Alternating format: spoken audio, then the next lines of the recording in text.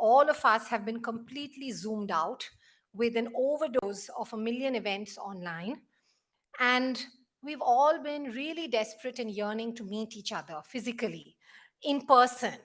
And since we felt that the situation in Bangalore had improved slowly and is improving, we kind of held our breath and said that we'll just have it physically and virtually in a hybrid manner here at the BIC. So, Transform this year is happening physically thanks to all of you coming. And it is also happening virtually with the entire proceedings being live streamed on our YouTube channel for those who are unable to join or who would rather watch it at home. And even physically, that we have it now, we are ensuring that we have it with strict health precautions in mind, with masking, distancing, and we've also had the BBMP helping us tremendously by having free RT-PCR tests, at least for all of us and the outstation visitors who've come and who are attending this. So we hope that we can have it physically and keep all the safety precautions in mind. We are presently, I think, in very, very difficult times. The COVID pandemic has turned our world upside down, and many of us have lost loved ones. We have lost livelihoods and jobs, and the isolation that we're experiencing has been quite unprecedented. In these times, we are witnessing some of the most amplified forms of inequality and discrimination in terms of access to food and rations, shelter, livelihood, and education. While we are struggling with the pandemic, I think our governments have been hard at work introducing some of the harshest legal reforms that we have seen in the country at a time like this, when people are unable to get access to even the most basic social rights. The rules under the Transgender Protection of Rights Act were passed in August, September this year. There were amendments to labor laws, amendments to farm laws, and all of these, a law in UP banning religious conversions for marriage. And this is the first in a line of many states attempting to follow this.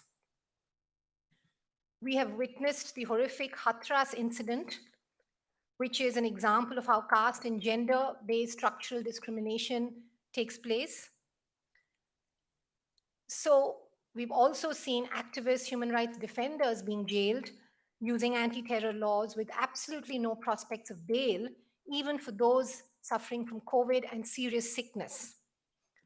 So how do we as activists, lawyers, academics, students, and citizens respond to these developments, especially at a time like this in COVID, when we are grappling with so many other issues at the same time? These are precisely some of the important themes in our panel over these next 2 days, and we have some fantastic speakers to lead some of these conversations.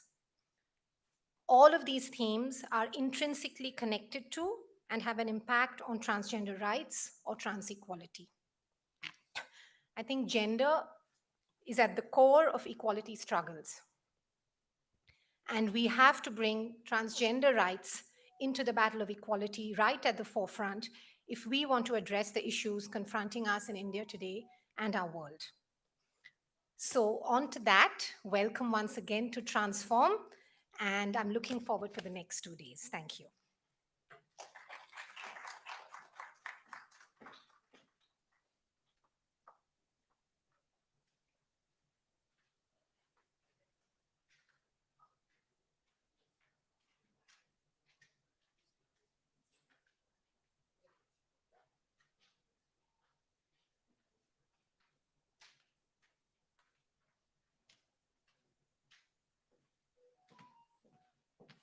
Can I invite all the speakers for the first panel on stage?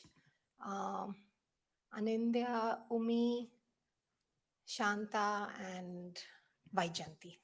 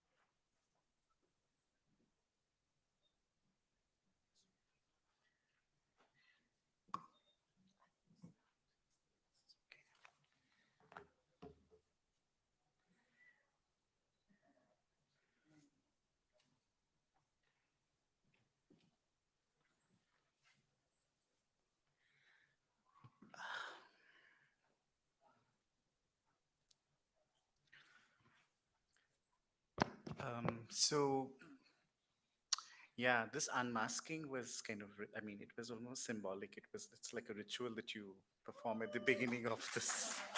Yes, too. So a big shout out to CLPR for really daring to um, do this in such difficult times, to do this physical conference, to do this convergence, which we perhaps all need and required, given the kind of times that we are living in, with notions of our breathing, of breath, of touch, of smell, of intimacy, of love, of care, of departures, of death, having undergone such amazing transformations in these past few months in all our lives. Um, so, this is indeed a very important juncture. And to begin this panel, I think, and I have the privilege of moderating this. I mean, Shubha Chacko was supposed to moderate this, but she unfortunately could not join us today. So I'm filling in thanks to VQ, um, who kind of mm, made this request. So the panel is trans in the state of COVID 19. And we have uh, four speakers with us today, with one of our speakers who are going to join in um, online. So, before we go on to the speakers, I'd like to sort of reflect or sort of invoke this the work of Shamila Wilson, the Black feminist, author, activist, writer, who authored this report way back, of quite some time back, 2 decades back actually, which is a report that is titled "The Virus That Follows Vulnerability: The Globalization of AIDS."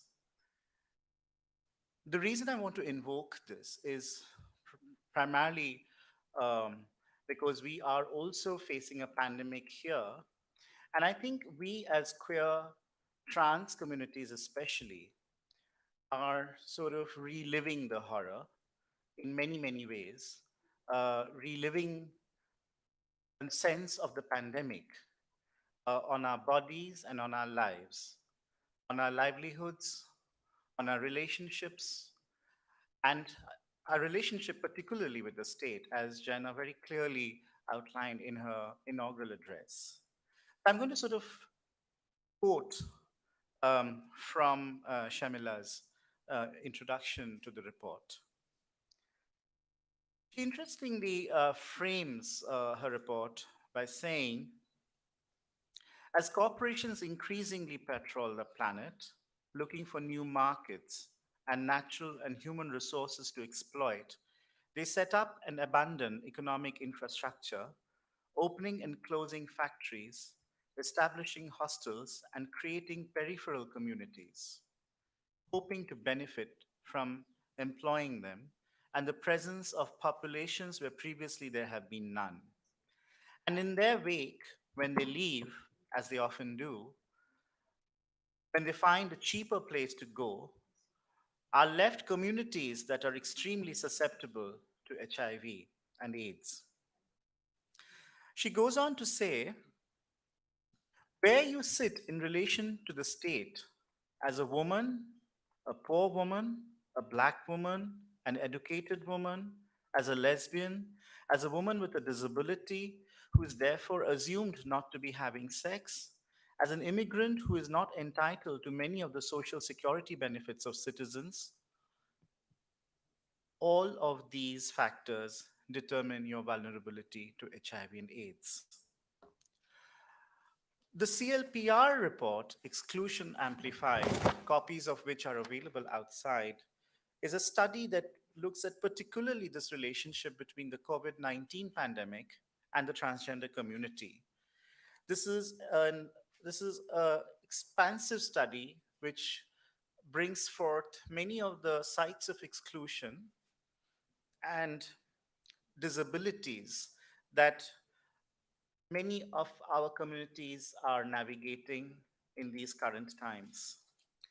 So, without much uh, ado, I would like to go and introduce our speakers.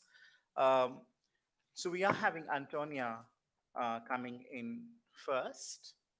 And Antonia is based in UK and is a founding partner of the building consultancy MHPC and has over 40 years of experience in the construction industry and leads her own business that she formed in 2007.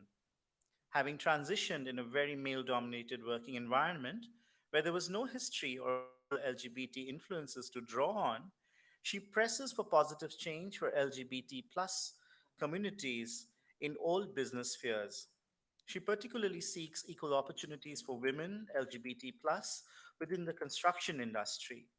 She was shortlisted in 2017 for the Gay Times Success in Entrepreneurship Gary Frisch Award, and in 2018 she was nominated in the NatWest British LGBT Awards. Quite an inspirational speaker for to open the conversation. Over to Antonia.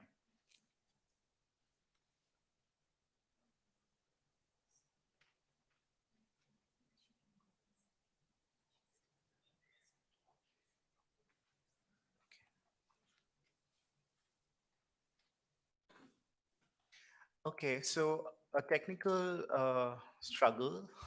So Antonia has put in this request to come in second. So may I request our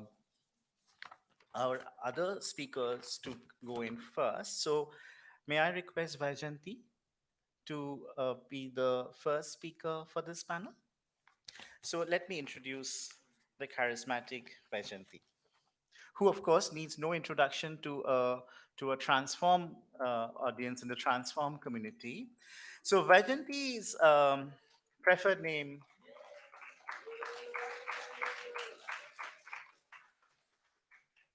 is Vaijanti, of course.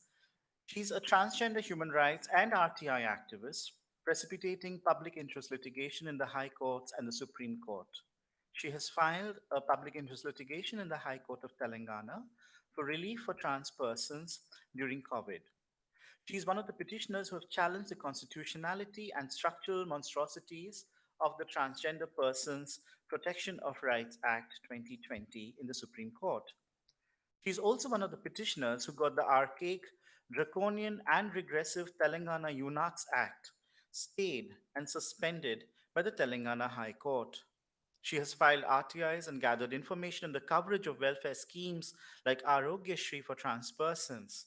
Along with her other transgender friends, she happens to be the co founder of the Telangana Hijra Intersex Transgender Samiti, Queer Sabhimana Yatra, Telangana Queer and Transgender Janulu, all of which are yet unfunded and unregistered community and people's collectives of queer and transgender persons. Over to you, Vajanti.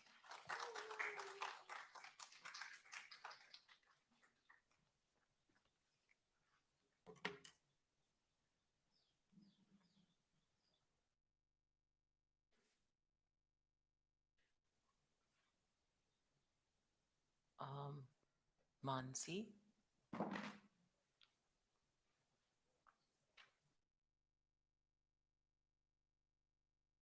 right. While Mansi takes time to project some of those slides, which I don't need yet. As you know, I'm Vaijanti, and I'm starting at 10:48, so I won't take more than 15 to 20 minutes, 20 minutes max. Um, COVID, um, COVID-19, the pandemic, as well as the stigma associated with it. We are yet grappling with the realities and the monstrosities of this pandemic more than the medical part of it. The socio-economic and the socio-legal aspects of the pandemic have uh, wreaked as much havoc as much as the medical public health part of it. It was I. I had no clue, as like many of us here, I had no clue what this would entail back in March 2007, back in March 2020, until by the end of March, the pandemic and the lockdown was announced sometime, I suppose, on the 21st of March. And within a week, in less than a week, I had a spate of calls, and I don't think I'm the only such person who got a spate of calls. I had a spate of calls from working class, queer as well as transgender persons, Koti, male sex workers, MSM, as well. And in India, neither the word transgender nor the um, terms as lesbian, gay, bisexual, transgender aptly capture the lived realities and the amorphous identities of queer persons. There are, and there were, and are quite a few Koti queer transgender persons who were and are yet largely dependent on the traditional sources of transgender livelihoods, such as begging and sex work, and some of who were dependent on it. Now, the fact that there are many who have historically been dependent on the two to three predominant sources of transgender livelihood, such as begging, sex work, toli, badhai, seeking blessings, getting some, uh, and being offered some dan dakshina eh, for it, is quite well known. But at the same time, there are quite a few um, ex sex workers who have somehow, with great difficulty, managed to get themselves employed in at movie theaters, shopping malls, and so on, at places, restaurants, and so on, over the last 3 years, 4 years, and more so after the Nalsa judgment, many of who lost their livelihood. And these were also the persons, these were, as I said, these are also the persons who got in touch with me. And the problem they faced was that they didn't have access to the ART. Um, Many, those of them who were already registered at public health centers, at government hospitals, were supposed to get their ART, but in the first 1 month, there was such utter chaos, absolute chaos, that the public health centers, the primary healthcare centers, as well as government hospitals. Many government hospitals had been transformed into COVID centers, the large ones, and even dermatologists, endocrinologists, who have little or nothing to do, perhaps, with dermatologists, who have little or nothing to do with respiratory medicine or infectious diseases, too, were sucked into COVID-19 care and response. And ART centers at were working for the namesake, if at all they were working, and many of them were not staffed with persons. So even those who had to, in the first 1 month, even those who had to get their medicines are finding it difficult.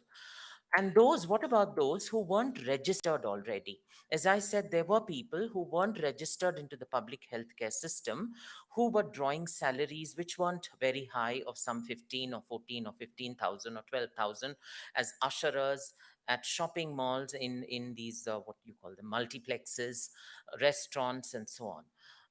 And it's not difficult to understand that quite a few of them don't prefer, although their salaries are not very high, quite a few of them don't prefer to go to the public healthcare systems, for the fear that half of the staff there are, apart from the government employees, are also from CBOs and NGOs. So there are these fears which could be valid, which may be part valid, or and a lot in between, that their status would be out. So many of them hadn't gotten themselves registered, and new registrations were not happening, were not being done. That's when I wrote to the relevant departments. I urged them to write, and many of them, unfortunately, were not even out to their families. They were not out to their families as queer or transgender persons, much even more that as persons dependent on begging and sex work were not out. Uh, and much, much more than that, as persons living with HIV. So they weren't willing to directly write to the governments. That's when some of us, and we wrote to the governments. We received some standard system generated response, waited for about not more than 2 weeks, and approached Jayna, and that's how the PIL got precipitated. um, the very first set of orders that we received was the High Court bench ordering the government of Telangana to provide for rations, food provisions, with regardless of whether or not transgender persons had ration cards or Aadhaar cards, insofar as they had any one government ID proof, that would show them as transgender. Then was this question, what about those who don't identify as transgender, who would have transitioned from male to female? And almost all of I'm not aware, I haven't met a trans brother who identifies as transgender on government ID proofs, was that question. So leeway was made. The bench and through Jayna, the bench was considerate enough to make leeway that insofar as they have any document that shows their transition, and it doesn't have to show them as transgender, insofar as there's any document that shows their transition, they would have access to rations and medicines. It also covered provisioning of medicines for hypertension and diabetes. This was the first interim order. The thereafter we realized by June, by the end of May, after Ramadan, across some states, the lockdown was lifted. And that was only after about a fortnight of that we realized that we were sitting under a time bomb, and COVID exploded in Telangana. Many men and women and transgender persons not excluded were being turned away from hospitals. And we've all seen this, read about it in the news. And transgender persons were no different. And that's when we had a second set of interim orders from the High Court of Telangana that transgender persons have access to transgender wards in as much as men have access to male wards and women have access to female wards. But while that order was passed, the implementation has been quite a circus. Uh, uh, Across states for months together, COVID wards were gender neutral. And this also led across states in some few occasions of COVID positive, uh, COVID positive persons, some of them, many of them who were male, sexually assaulting COVID positive female patients. And you can imagine the plight of a transgender person if the person were to be sent to a predominantly male ward. So that order was something that our transgender communities could clutch on to, could ask for, uh, could demand, and so on. But the system finds its own ways of subverting judgments, and in implementation, we had quite a few, many challenges. Public healthcare officials, while they designated some spaces as transgender male COVID wards, the frequency of healthcare professionals attending to their wards was very, very low. So again, our people were arm twisted into joining the gender binary wards. But we found ways of circumventing these structural monstrosities. Then around June, the patron in chief of the Telangana High Court, yes, can you go to the next slide?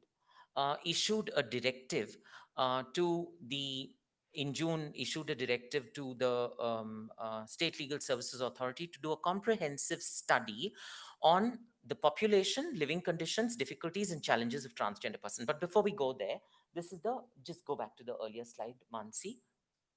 Yes, this, is the baseline data of 2011 census, which shows the undivided state of Andhra Pradesh then in 2011 had a total population of 43,769 transgender persons. That was the undivided state. But Telangana, as you know, is much smaller than Andhra Pradesh. Andhra Pradesh is a bigger coastal line, has many more urban areas like Vishakhapatnam, Vijayawada, Tirupati, and now Amaravati, while Telangana has just one Hyderabad. So I don't think that the population got equally distributed to 21 and a half and 21 and a half. It should have been 15 in Telangana and the rest in Andhra Pradesh, or 20 in Telangana and the rest of the 23 and something in Andhra Pradesh. Now, the next slide. Um, this is the comprehensive integrated household survey data, popularly known as the Samagra Kutumba survey data, undertaken in June, July, August 2014, when the newly formed state of Telangana was carved out. As per this, as of then, there were 11 states, but this was revised again in 2016 and 17 after 11 states were divided into, broken down into 31 districts. What am I saying? 31 districts. 11 districts became 31 districts. And as per this, the overall population 6.25 years ago of transgender persons was 58,920 transgender persons. Please go to the next slide. Uh, so that those are the 31 districts. Now, as I said, in June, the patron in chief, who's the Chief Justice, gave that order. And please go to the next slide. And this led to this report from the Telangana State Legal Services Authority. And I was appalled to see that they have only covered 10 out of the 33 districts. Mind you, it's important to know that in February 2019, two more districts were carved out. So the overall number of districts increased from 31 to 33, with Mulugu and Narayanpet being carved out. And here in June, and this study was undertaken in June after the 33 districts came into being, because the most recent two districts of Mulugu and Narayanpet were carved out in February 2019, while this study was taken up in June 2020, 1.25 years later. And it only studies 10 districts and calls it the transgender population of Telangana. I'm at my wit's end to understand this report. What about the rest of the 23 districts? And uh, please go to the next slide. And I filed RTIs to get clarification on this. If you can see, B, one of the questions was, please share the minutes of the meetings of the consultations held with communities. जो समुदायों के साथ आपने संपर्क किया हो, సముదాయాలతో మీరు కలిసిన समावेशाలు जो आपने संपर्क किया, उसके मीटिंग्स के मिनट्स रिपोर्ट्स दीजिए. तो वहाँ Telangana state legal services authority ने लिखा कि no meetings were conducted to compile the data for documentation in this regard. How on earth did you concoct this data? Where did you get this data from? Yeah. And now let's do a comparison between both. Please go to the next slide. Next slide.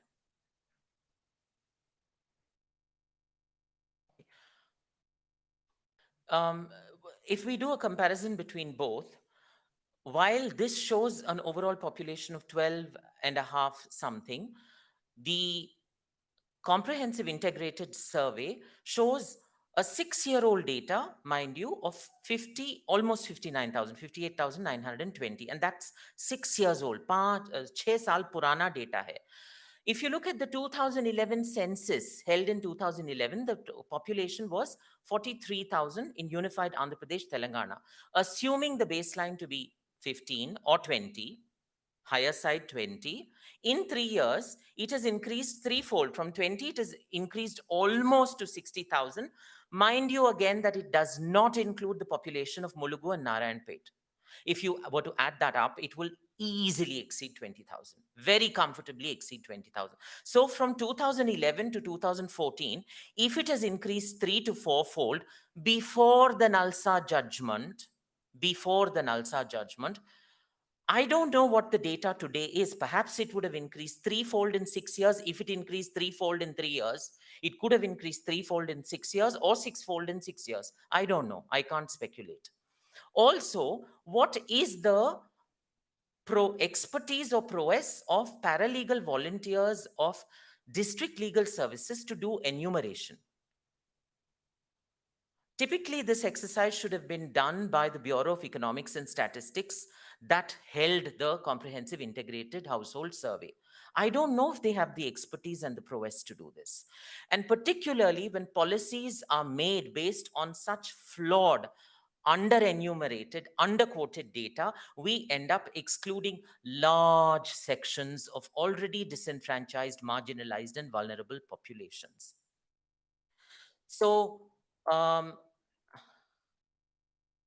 So on that note, it is important, particularly when we take up quantitative data, to not exclude, to include as much, because because um, public policy decisions on public expenditure would be made out of this.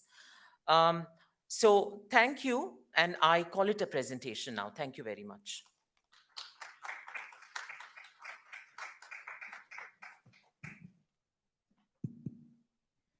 Thank you, Vajanti, for raising those questions. And I think we'll have scope for reflections and or specific questions to speakers after they've made their presentations. If I may now request Antonia to come online. Good morning. Good morning, Antonia.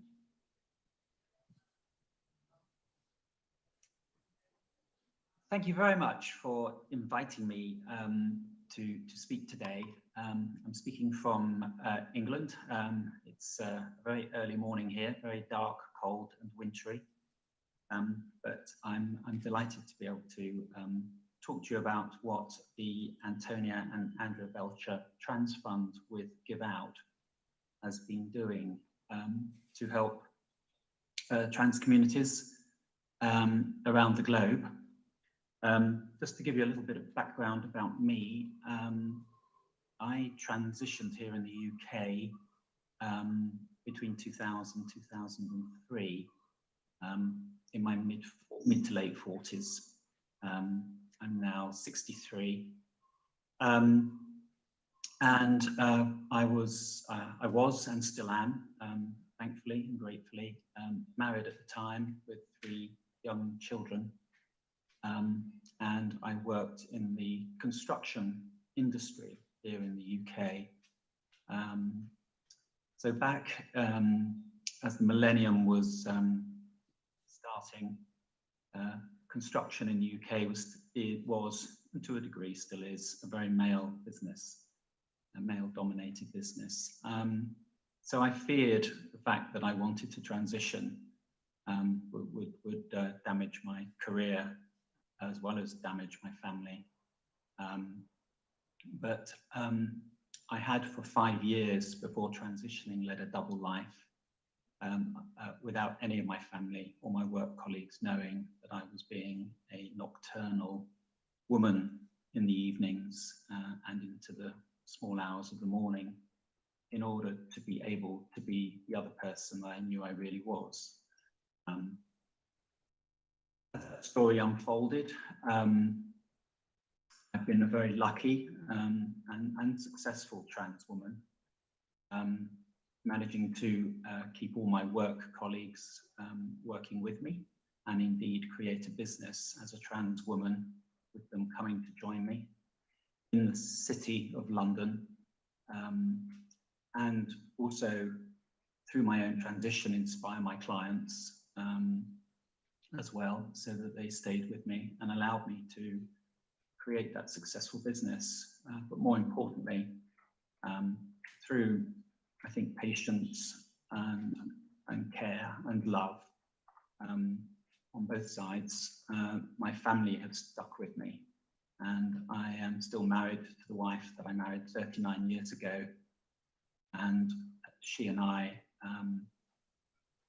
changed our marriage certificate back in 2015 when the UK government allowed same-sex marriage without divorcing. And she and I are happily married together. And my 3 children have grown up from the ages of very early teens through to late teens at the time when I was telling them what I was going to do. They have been my greatest supporters, and I'm very fortunate in that sense. And my daughter, who is the youngest of my 3 children, has now given me a grandson who I dote on absolutely, and I hope will be equally such a great supporter of what I've done, and indeed what I'm doing. So my journey's been successful, but obviously at the time when I was going to change, I feared losing my job, I feared losing my family, but I have not done that, and for that I'm ever grateful. And what I've said to myself is every trans person needs to be able to do this. Every trans person needs to be able to share this. It is a right, it's a human right. It's a moral and ethical right, and there's no reason why in a world like we want to have, all of us together, we shouldn't, as trans people, be able to expect that. So obviously here in the UK, I'm trying to further that aim where I can. I go into businesses and I talk to businesses about my journey, and I talk to them about being trans aware, trans ready, and trans friendly. I talk to them about the metrics of why they should listen to me, what good it will bring for their business, and by that I'm doing my little bit to try and help educate the businesses, and through the businesses and the allies in those businesses, that they will spread the message and tell all the people they meet. But I've felt, I've been doing that more or less since about 2010, generally off the side of my desk, because I'm still working and I have a day job. But I felt since starting to do that, that's not enough, and we need to be doing it on a more global basis. Trans people around the world who live in communities where we're accepted and allowed to be ourselves, and to demonstrate the power of our individual authenticity. And where we see that it inspires others, we need to trade on that. I felt we need to do it beyond our own shores, and we need to share that elsewhere. I also fear, as I grow older, and see my children get older, and I see my grandchild now, fear that, are they going to be able to go around the world and talk about their trans grandmother, their trans mother and their trans grandmother, and talk openly? Or are they going to be visiting countries where they're going to have to stay quiet or not talk about it for the fear, the stigma that then attaches to them? And that frightens me and it worries me. So I want to, and I very much wanted to see where we could help in other jurisdictions and other parts of the world. And my focus started to turn on those parts of the world where it's criminalized to be trans. But I equally recognize that you don't necessarily need a criminalization tag or criminalization legislation to still be in a country where trying to be yourself and live a normal life is difficult, and there are too many countries still like that, despite the horrific number of countries where criminalization applies. So Give Out, a charity organization here in the UK, set up particularly to allow people like me to go to them and say, I want to try and raise money, I want to give money, but I want it to be focused, I want it to be specific. For years, I've given to LGBT plus charities, just because I felt I wanted to, and I didn't ask questions, and by many people's measure, it would have been quite a bit of money. But then I started asking those charities afterwards, how much of my donation has actually gone to help trans organizations? And I never really got an answer, but I pestered them. And eventually I would get some answer. And I'd start to realize from the way they were trying to answer me that probably nothing really went to a trans charity. If it did, it was so small that they couldn't even measure it and tell me. And that disappointed me, but it refocused me very much to the point that, you know, I need to do something that's trans specific. So with Give Out, in mid-2018, we set up the Antonia and Andrea Belcher Trans Fund. Andrea is my wife. And I'm seed funding that charity, and have done so for the last 3 years. And given what we've managed to do and then the continuing need for it, I will continue to do so. This charity is the fund has done reasonably well. It was difficult in the first 6 months of 2018, but we still managed to raise just under £30,000. Through 2019, we raised that number to about £60,000. And by the end of this year, we should be on target to have raised hopefully nearly £100,000, if not just over. And the arrangement with Give Out is very much that all the money we're raising, we are granting, and we're now granting it to five jurisdictions, 5 areas around the world, which have been identified by Give Out. And CLPR, who've invited me to talk today, is one of the grant partners. The other organisations we're assisting or granting to are based in the Caribbean. There are two organisations there. I'll come on to that. Another one in Tonga Latus, the Tonga Latus Association, which represents the Pacific Asia Islands in that locality. Another one is Equal Rights Association, which is based in the Western Balkans and assists all the countries in that part of Eastern Western Europe that come together to form the Western Balkans. And then there is a recent grant partner that we've been assisting, which is Transparent in Czech Republic. The 2 organisations in the Caribbean, one is Transwave, based in Jamaica, and the other one is UC Trans, which is a global, a full Caribbean-based organisation, which serves a number of islands now, but is aiming to expand to a greater extent. The modus operandi behind the fund is to support trans movement globally, trying to ensure that trans activists and organisations have more resources they need to defend their communities and campaign for change.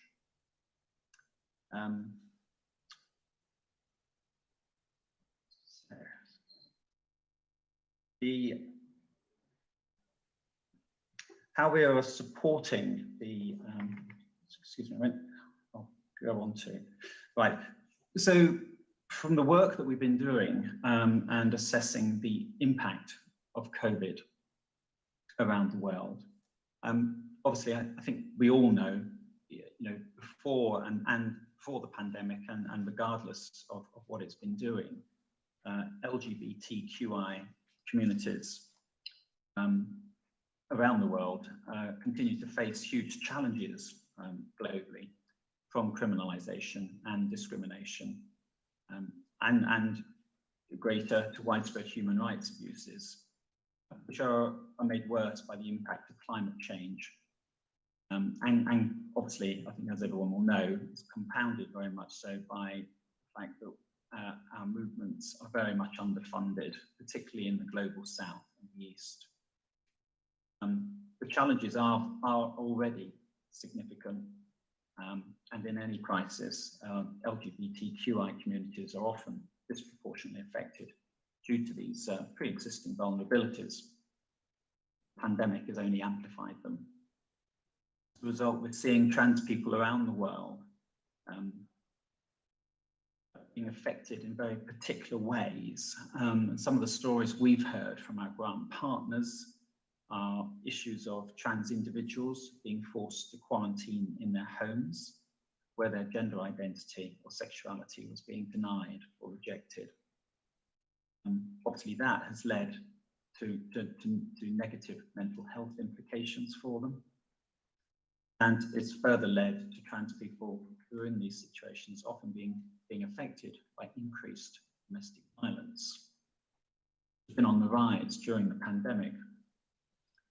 We're seeing an exponential need for shelter and food as LGBTQI people lose their jobs and their homes, particularly as trans folk are predominantly in precarious employment, most of them having to do sex work or working within tourism and the creative industries, which have been very, very affected by the pandemic. We also know that trans people were being persecuted through stop and search arrangements with authorities and police forces, and that gender reassignment procedures have been cancelled and deemed non-essential in quite a few cases. We've seen extremist religious leaders scapegoating our communities and blaming them as the cause for the pandemic. And this has been seen from the US, shamefully, I'm afraid, through to Ukraine. In many countries, the police forces are specifically targeting shelters and using the lockdown as a reason to disperse safe spaces, which we're seeing in Uganda. And unfortunately, this list goes on. I suspect you're all aware that we've seen a total of 350 trans and gender diverse people registered murdered between the 1st of October 2019 and the 30th of September this year, which has represented a 6% increase in reported murders from 2019. If I now outline just how the grant partners under the fund have been responding to their own situations. So Transparent, who's based in Czech Republic, for them in October 2020, the BBC reported that while the Czech Republic was praised for its swift initial response to the coronavirus crisis, 7 months on it began recording 15,000 new cases a day.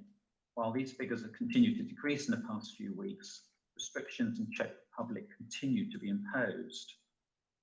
Transparent connects and empowers trans and gender non-conforming people to improve inclusivity in society and advocate for better legislation.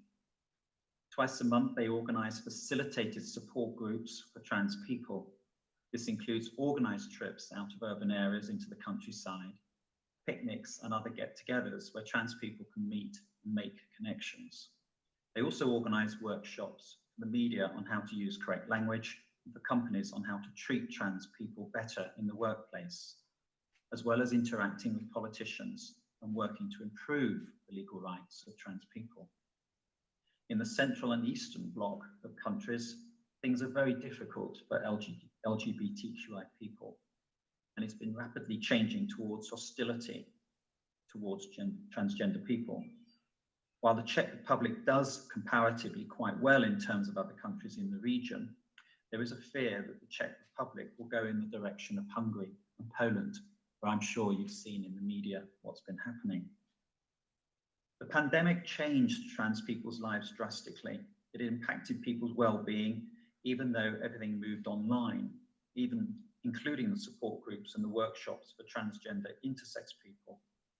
Access to healthcare and hormonal therapy was cut and suspended in Czech Republic. They also provided individual counselling to trans people and intersex people, and they created guidance for trans and intersex people as support during the pandemic. Transparent have noted that during the pandemic, they were appalled to see what was happening in Hungary and in Poland. The atmosphere in the Eastern and Central Bloc has deteriorated politically as transgender people have become an easy target for politicians using the situation around the pandemic. Following Hungary, they've heard from colleagues in Slovakia that there was a parliamentary party that is now being very vocal about protecting only men and women, and that legislation would only be prepared in the binary narrative. They've seen a lot of backlash from these conservative and populist parties.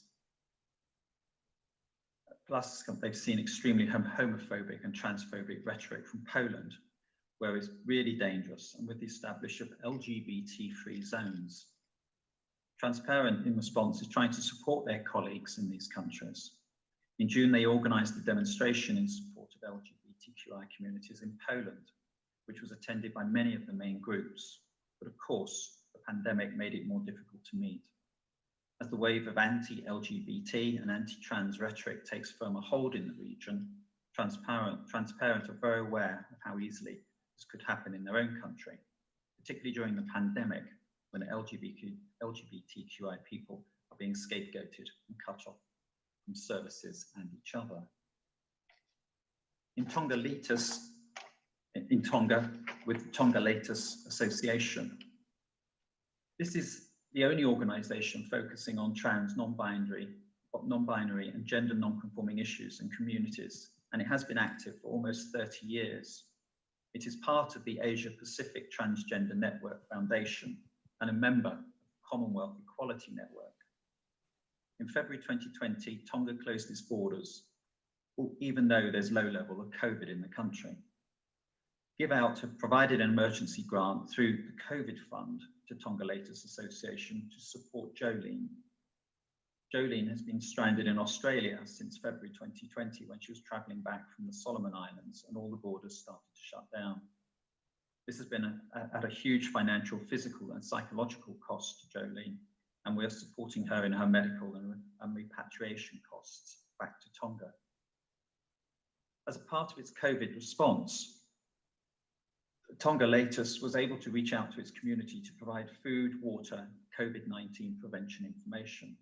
TLA also has approval from the Ministry of Health and Ministry of Environment to continue work for TLA members as an essential service to all vulnerable groups. During this time, the LGBTQI communities are facing a hard time because the majority are working in hospitality, tourism, and the beauty and fashion industry. COVID-19 has completely impacted the economy of Tonga, even though there have been no cases there. The border was completely shut down, and it's impossible to reach the shores of neighbouring countries. Since COVID hit, many activities have had to be cancelled, and some were postponed until everything is back to normal. Despite this, TLA has been able to remain in the field. They continued their HIV awareness programme for key members, such as MSM, transgender, and sex workers. Jolene shared concerns with how religion is being used against sexual and gender minorities during the COVID-19 pandemic as a patriarchal and colonial tool, which is very dangerous. Regardless of the pandemic or not, there is an increase in countries around the world where regimes are restrictive on the rights of LGBT people, as we know, such as Poland, the USA, Philippines, Brazil, Morocco, Indonesia, and to some extent, even in Australia. Although there is marriage equality, there's not full legal equality, especially for trans men and women, and the biggest opponents to human rights remain the churches. Governments are blatantly justifying and flagrantly defying human rights law and the UN Declaration of Human Rights in limiting LGBTQI human rights through the use of COVID-19 lockdowns.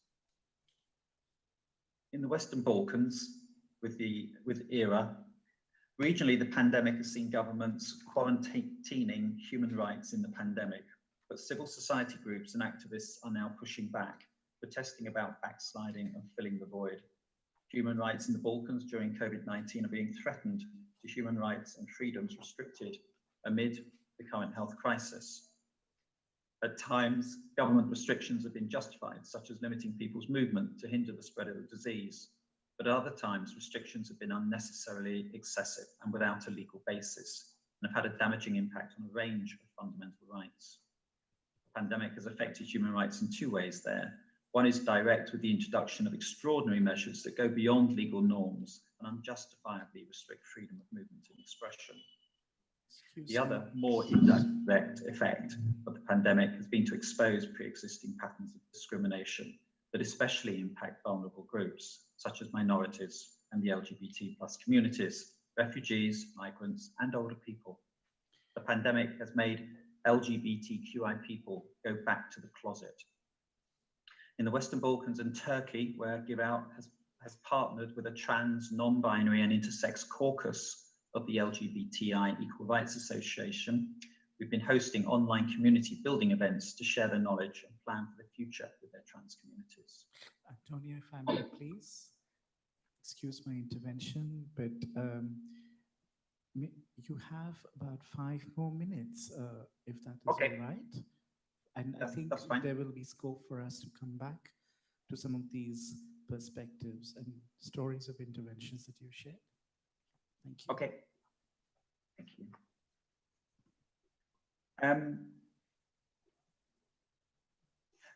I won't go on with the detail that we're doing in Transwave then, and we can talk about that later if you want to when you see trans. But I think obviously from what I said, I've given you a reasonable view of what we're trying to do, where the need is, how the response is being given.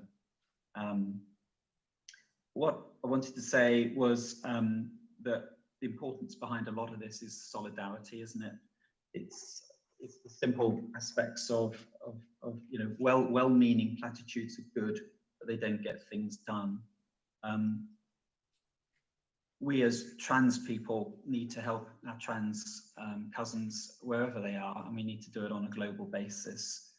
We need to prioritize our own actions and get them in train, and I hope that the Antonio and Anna Belcher Trans Fund is doing that in a small way.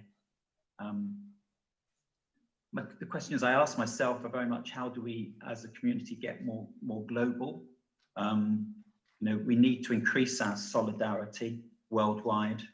We need to educate worldwide. I'm a great believer in a UK saying, from little acorns, great oaks grow. The history of hierarchy shows us that solidarity is so important. Being advocates for one another wherever we are, whatever our own circumstances, is so crucial, especially in the world today, facing the challenges we all have to endure. But that advocacy needs to be global. Trans people in countries like mine need to be ready to support our trans cousins. One of the dimensions that has inspired me, and I went to Albania last year, I was hoping to go to the Caribbean area this year to meet with Transwave, and I was very much hoping to be with you today in Bangalore in person, because I want to meet people. I want to see how we can help. I want to learn more. The big questions to ask: what do we learn from COVID, and what authorities have done in response to it? Will those things become norms? Could those things be done again for whatever reason, even a looser reason than the pandemic? But what's inspired me is that the people I've met, the people who've come to the UK to talk to me about what they're doing, is that they find it inspiring that a trans person is helping and is trying to raise money. I've had comments like, it's just great to know that someone is helping and someone cares, someone from our own community. I will just finish on a note that I was at a Give Out celebration last week, and Vikram from CLPR joined that, and he summed it up perfectly for me when he said it takes a community to survive. And I think that's an important point. So I will stop there, because I could talk forever, and I'm a great one for doing that. So Thank you so much. Thank you very, very much. Some of these conversations need to be staggered and need to be held over a period of time. And it is also great to learn about some of these perspectives that are emerging from other parts of the globe, and the interventions that are in place, the challenges that are unique to that region, but perhaps of a much more universal nature, as we'll probably find out from the other two panelists of our panel in the morning. So over to Uma. And someone I've known from Bangalore for perhaps the longest. Uma is the founder of Jiva, an organization addressing issues around mental health, livelihood, and community media for working class sexual minorities in Karnataka. She is working with trans communities and has nearly 22 years experience in grassroots level legal, societal, and media advocacy on human rights and social entitlements of sexual gender minorities based in Bangalore. Uma's work includes generating and editing textual and audiovisual content, highlighting human interest stories, socioeconomic and legal challenges, stigma and discrimination of sexual gender minorities in Karnataka. Uma will speak in a mixed language of Kannada and English. And we have Guru Kiran, who has been one of our most solid supporters and translators in all the previous editions to translate Uma's Thank you. talk. Thank you.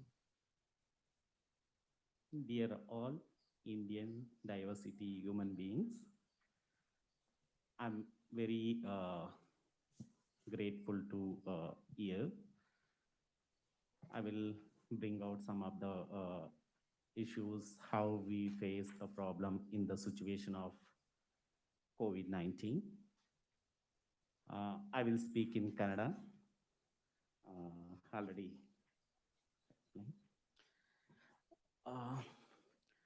ಒಂದು ಏನು ಅಂತ ಹೇಳಿದ್ರೆ ಸೊಸೈಟಿಯಲ್ಲಿ ನಾವು as A sexual minorities ಬಂದು ನಾವು ತುಂಬ ಮಾರ್ಜಲೈಸ್ community ಆಗಿದ್ದೀವಿ.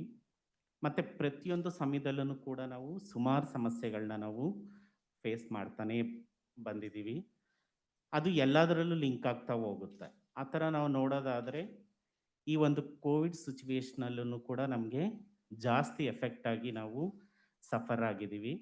ಅದರಲ್ಲೂ ವರ್ಕಿಂಗ್ ಕ್ಲಾಸ್ ಸೆಕ್ಷುವಲ್ ಮೈನಾರಿಟೀಸ್ ಮತ್ತು ಟ್ರಾನ್ಸ್ಜೆಂಡರ್ಸ್ನ ನಾವು ನೋಡೋದಾದರೆ ತುಂಬ ನಾವು ಪ್ರಾಬ್ಲಮ್ನ ನಾವು ಫೇಸ್ ಮಾಡ್ತಾ ಇದ್ದೀವಿ. ಬಿಕಾಸ್ ಯಾಕೆ ಅಂತ ಹೇಳಿದ್ರೆ ನಮ್ಮದು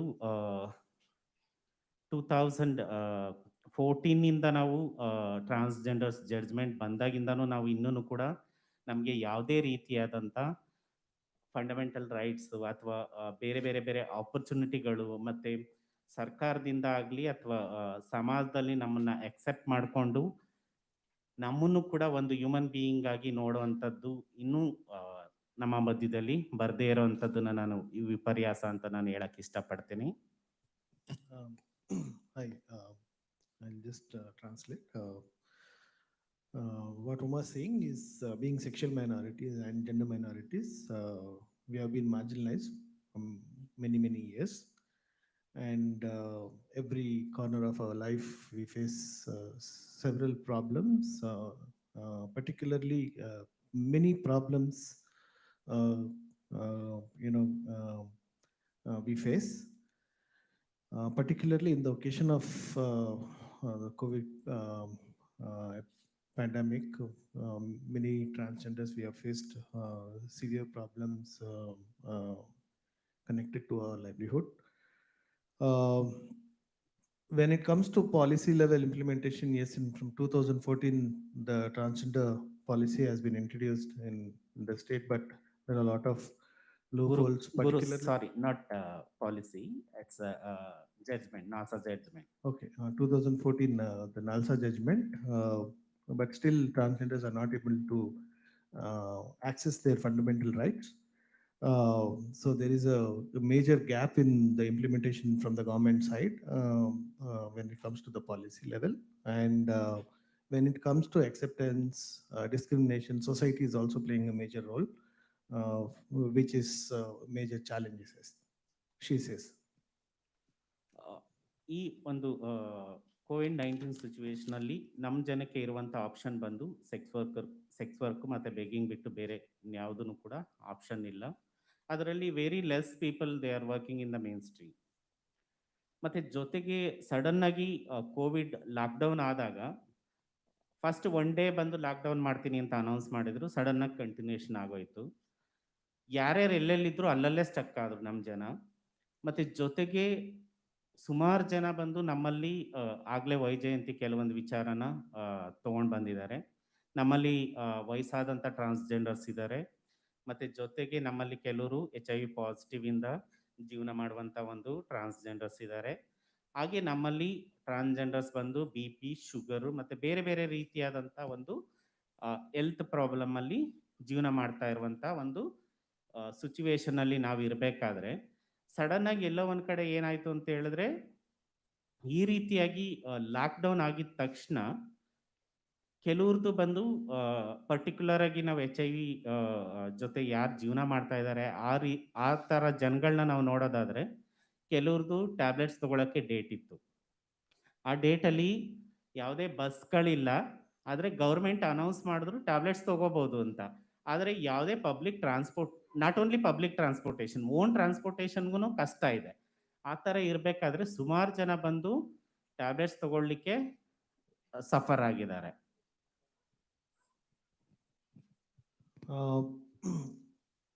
During the COVID situation, as we all know that for our community, particularly the transgender community, we have the livelihood option. The two options we have, one is sex work and then seeking arms. Due to the lockdown, it has largely affected on on our livelihood. She focuses on the lockdown situation. So initially it was said one day lockdown, and then it continued for a longer period, and many communities were actually they got stuck. They could not move around, and uh, uh, many that really created severe problem for the community. And she also focuses on the diversity within the community in terms of she says there are many community members who are aged. uh, um, Many are having several health issues, particularly the many of them are HIV positive, and others people other community members, they have BP, sugar issues. So access to healthcare was also a challenge, because though uh, of course public transportation was not there, but even their own transportation, if they have the facility, they could not able to use because of the lockdown situation. And in between, government also said that people can freely access ART medication for those who are living with HIV. But then again, the problem was many could not able to go and get the tablets because of lack of transportation facilities. So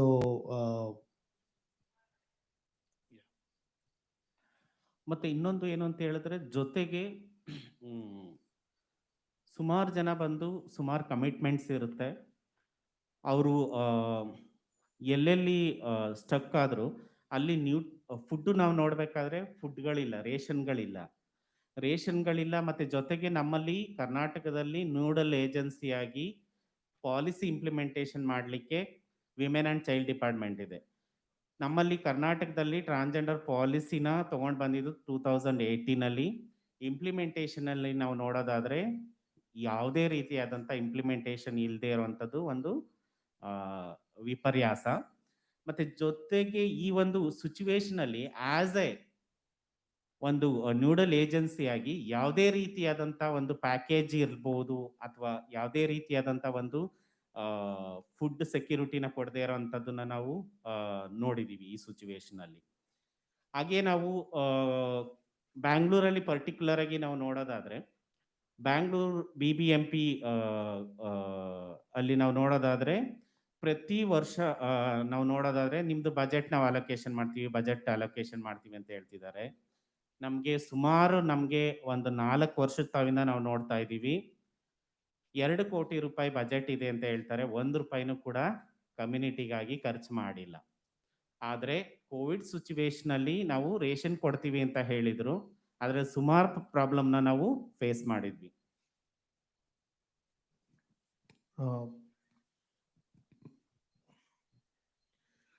So the major challenge is what Uma is saying is about food and ration. Many communities were got stuck wherever they were because of the lockdown, and uh, many were having severe, ration issues. Um, she also stressed upon the nodal agency she's talking about.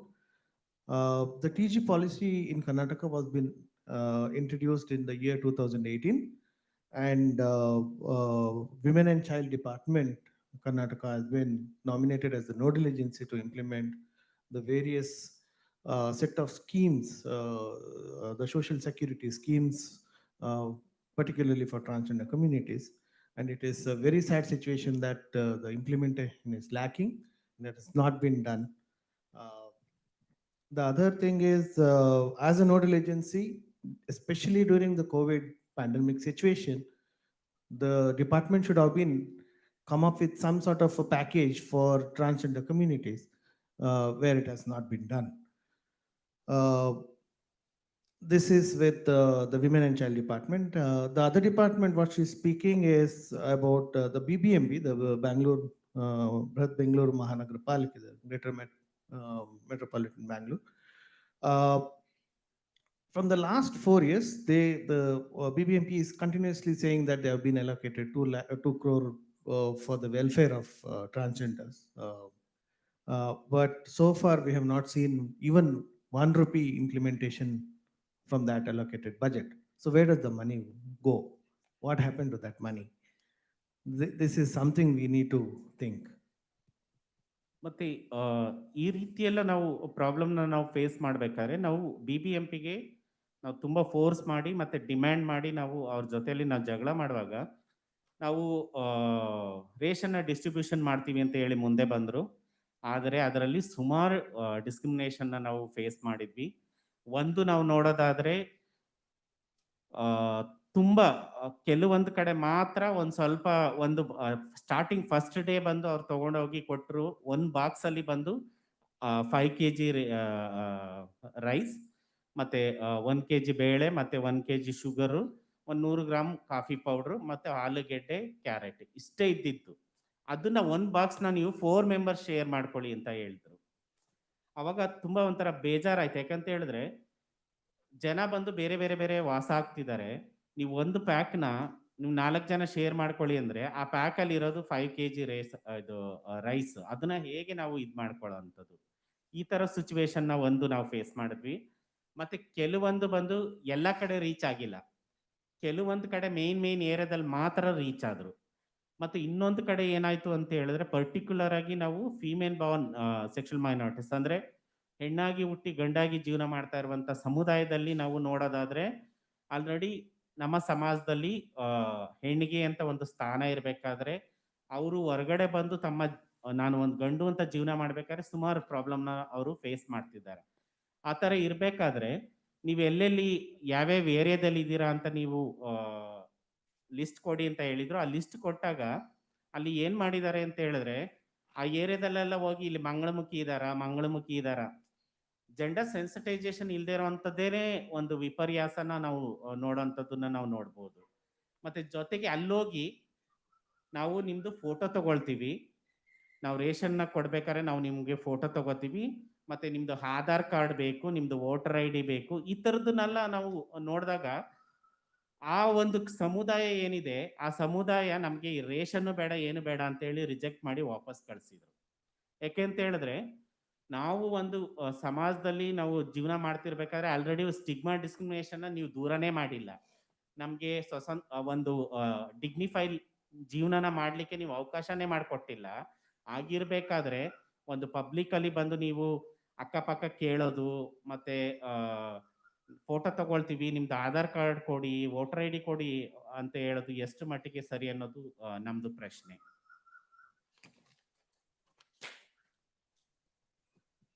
Finally, with BBMP, after having series of struggle and demands were placed, finally BBMP had come. They came forward to distribute the ration for transgender communities. She explains that the package was about there was a box with 5 kg rice, 1 kg gram, 1 kg sugar, and then potato and some vegetables. And usually, I just add Uma one point. Usually, the transgender community live in a group in Bangalore. Okay, particularly in Bangalore and outside Bangalore. So the one box of 5 kg, they asked to you know to use it in the group. I mean, the quantity is what Uma is saying. The quantity is not sufficient. Okay, this is one point what Uma is focusing on. The other challenge was reaching out to the female born sexual minorities. Okay, female to male trans persons particularly, because the female born sexual minorities, we are living in a society where as female coming out as a male, it's a very very big challenge for any even cis woman. It's really challenging in our society. And they had a problem in accessing the ration from BBMP. So what Uma and her team did is they gave a list of these community members to the BBMP staff so that they can reach. But the problem was wherever they went to distribute the ration, particularly for female-born sexual minorities, they were asking for Mangalmukhis. Okay. So the challenge is the BBMP staff were not sensitized about the diversity of the community, the identities, the various identities, which itself is a big, lacking in making the service to reach out to the community. Second thing is wherever this BBMP staff went for distribution, they were asking for some sort of a proof, photo ID, or Uma says they were asking for photograph, they were asking for Aadhaar and voter ID, and and be- because of this, many community members they refused to take the package support because they were asking that the government has not done any effort in identifying the rights of the community members, particularly um, upholding the dignity of these communities, and being constantly been marginalized, and on top of that asking for these photographs and identity card will further marginalize these communities. So that for that reason many of them they have not come forward to access uh, these the COVID package.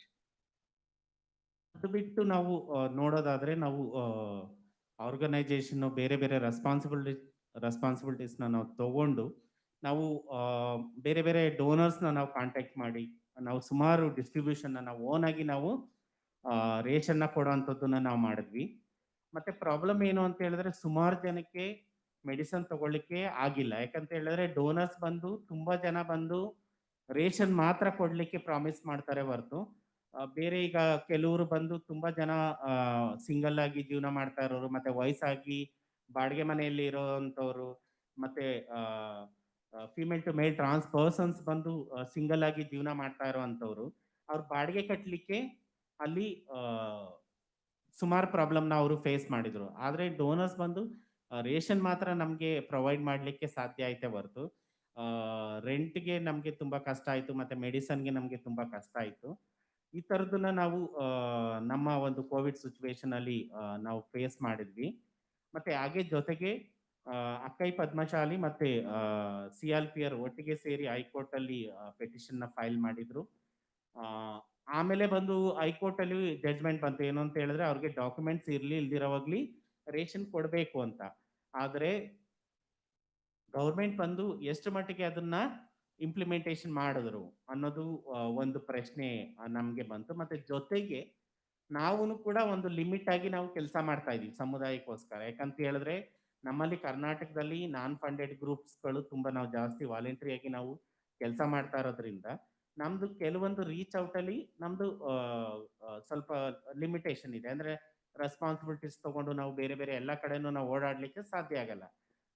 Responsibility ಬಂದು ಯಾರ್ದು ಆಗಿದ್ರೆ, ಈಗ ನೀವು government order ಮಾಡಿದ್ರಿ, order ಮಾಡಾದ್ಮೇಲೆ order follow up ಮಾಡುವಂತ ಜವಾಬ್ದಾರಿ ಯಾರ್ದು? ಅನ್ನೋದು ಪ್ರಶ್ನೆ ನನಗೆ ಎದ್ದಿರೋವಂಥದ್ದು. So then what Uma and others, they approached the individual donors, small donor organizations, uh, to raise support for the community members, particularly to provide um, the COVID relief work. And what Uma is saying, that many donors who came forward for support, they actually gave the support in terms of food and ration. Okay, but there were other challenges like people. Many of them, they were they required medical support in terms of medicines, and many were living in aged single, and they were living in rented houses, and because of the lack of earning, they could not able to meet the expenses towards the meeting their rent. So these support they could not able to get from these donors, because as she said, it is predominantly on ration and food. So this was a challenge, and then later Akkai Padmashali along with CLPR, they filed a petition in High Court to see that the distribution of ration should be free access. I mean, should be done freely without asking for any documentation. And but then Uma, she's throwing a question that how much implementation has happened, how many communities the package has been reached. There is no I mean, the reach itself is a challenge, she says. And as a civil society organization, there is each organization also has some limitation that they could able to reach out to a certain area, they cannot reach. But it is the responsibility of the government to ensure that they reach to all the areas which comes under their jurisdiction, whatever. But the judgment says that the government has to reach, but there's a big question mark that what is the reach, how many have access, I mean, how many communities have got the support. This is a challenge, this is. Lastly ನಮ್ಮ ಸಮುದಾಯದಲ್ಲಿ ಇವಾಗೂ ಕೂಡ ಸುಮಾರು ಸಮಸ್ಯೆನ ನಾವು face ಮಾಡ್ತಾ ಇದ್ದೀವಿ. ಯಾಕಂತ ಹೇಳಿದ್ರೆ ನಮ್ಮಲ್ಲಿ ಆಕ್ಯುಪೇಷನ್ ಇರುವಂಥದ್ದು ಏನು ಅಂತ ಹೇಳಿದ್ರೆ, ಜೀವನಕ್ಕೆ ಆಧಾರವಾಗಿರುವಂಥದ್ದು ಏನು ಅಂತ ಹೇಳಿದ್ರೆ ಸೆಕ್ಸ್ ವರ್ಕು ಮತ್ತು ಬೇಗಿಂಗು. ಇವಾಗ ಬಂದು ಸೋಷಿಯಲ್ ಡಿಸ್ಟೆನ್ಸು ಮತ್ತು ಮಾಸ್ಕ್ ವೇರಿಂಗು, ಈ ಥರ ಸುಮಾರು ನಾವು ಪ್ರೋಟೋಕಾಲ್ನ ನಾವು ಫಾಲೋ ಅಪ್ ಮಾಡಬೇಕಾಗಿದೆ. ಆ ಥರ ಇರಬೇಕಾದ್ರೆ ಇವಾಗ ನಮ್ಮಲ್ಲಿ ಬಂದು ಸೆಕ್ಸ್ ವರ್ಕು ಮತ್ತು ಬೇಗಿಂಗ್ ಅಂತ ನಾವು ನೋಡುವಾಗ ಇನ್ನೂ ಕೂಡ ಜನ ಅದರಲ್ಲಿ ಜೀವನ ಮಾಡಲಿಕ್ಕೆ, ಯಾಕಂದರೆ ಆಕ್ಯುಪೇಷನ್ ಅದೇ ಇರೋದ್ರಿಂದ ಈಗ ಅದರಲ್ಲಿ ಸೆಕ್ಸ್ ವರ್ಕು ಆಗ್ತಾ ಇಲ್ಲ ಮತ್ತು ಬೇಗಿಂಗ್ ಮಾಡೋಕ್ಕೂ ಆಗ್ತಾ ಇಲ್ಲ ಅಂತ ಹೇಳಿದ್ರೆ ಜೀವನ ಮಾಡೋದು ತುಂಬ ಕ್ರಿಟಿಕಲ್ ಸಿಚುವೇಶನಲ್ಲಿ ಜೀವನ ಮಾಡ್ತಾ ಇದ್ದಾರೆ ನಮ್ಮ ಸಮುದಾಯದವರು. ಮತ್ತು ನಂದು ಡಿಮ್ಯಾಂಡ್ ಏನು ಅಂತ ಹೇಳಿದ್ರೆ, ಗೌರ್ಮೆಂಟ್ ಬಂದು ಪ್ರತಿ ತಿಂಗಳು ಬಂದು ಅಟ್ಲೀಸ್ಟ್ ಮಿನಿಮಮ್ ಆಗಿ ಒಂದು 15,000 ಆದ್ರೂ ಕೂಡ ನಮ್ಮ ಟ್ರಾನ್ಸ್ಜೆಂಡರ್ಸ್ಗೆ ಬಂದು ಮಂತ್ಲಿ ಒಂದು ಸ್ವಲ್ಪ ಈ ಸಿಚುವೇಶನ್ ಇದಾಗೋವರೆಗೂ ಕೂಡ ಮಂತ್ಲಿ 15,000 ಇದು ಆನೋರೋರಿಯಂ ಥರ ಏನಾದರೂ ಕೊಡಬೇಕಂತೇಳಿ ನಾನು ಡಿಮ್ಯಾಂಡ್ ಮಾಡ್ತಾ ಇದ್ದೀನಿ. ನನಗೆ ಮಾತಾಡಲಿಕ್ಕೆ ಅವಕಾಶ ಕೊಟ್ಟಂಥ CLPR ಅವ್ರಿಗೆ ನಾನು ತುಂಬ ಥ್ಯಾಂಕ್ಸ್ ಹೇಳ್ತೀನಿ. Thank you so much.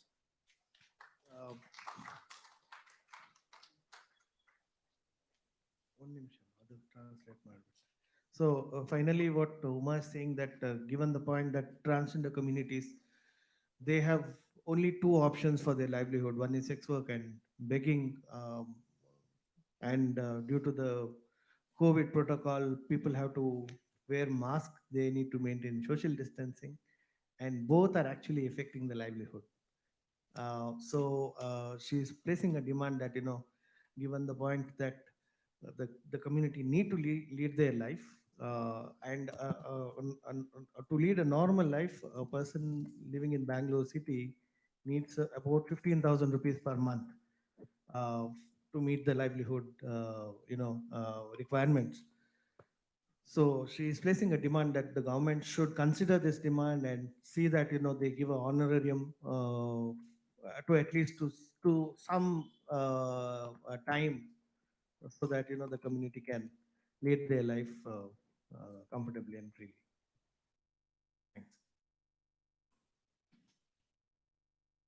Thank you. Thank you, Uma. I think you raised very important, I mean, so you sort of brought one of the most central questions that many of us are asking. It's the question of human dignity.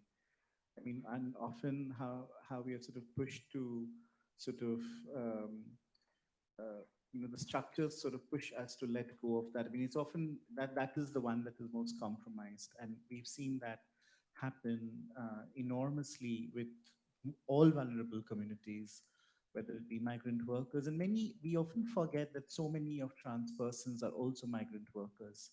Um, Many of their jobs were taken away, domestic workers, construction workers, uh, and when we see that image, when we see the media playing out that image, um, we often forget that in that photograph or in that footage, there are also trans persons who are there as construction workers, sanitation workers, daily wage earners, domestic workers, etc. So while it is true that many trans communities are engaged in sex work and begging, I sort of would also like to bring the focus back on the various other sites of work where trans persons were again disproportionately affected by the impact of the pandemic by the state.